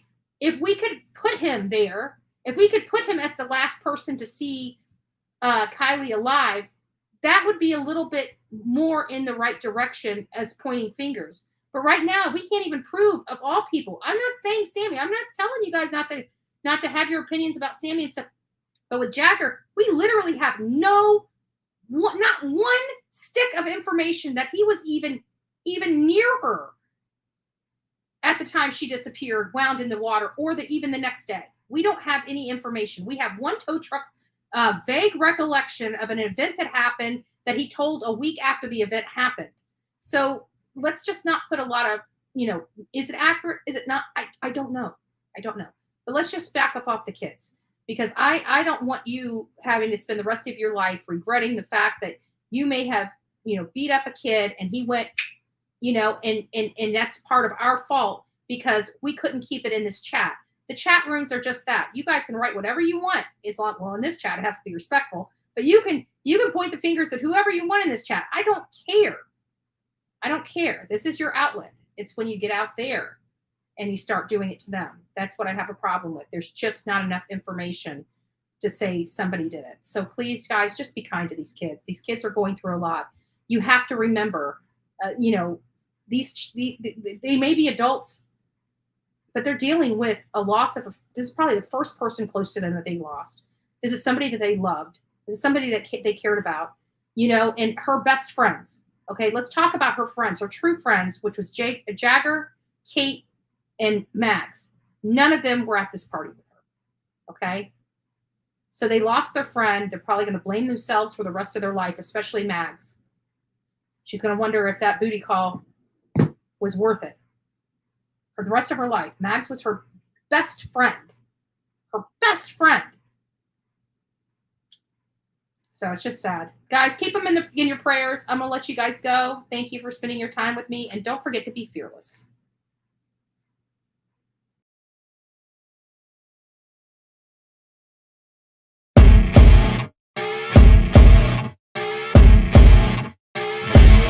As you wake up in the morning, you want to find the latest, greatest information about criminal cases and have an intuitive conversation about the suspects associated with these cases. Head over to the Bullhorn Betty channel on YouTube.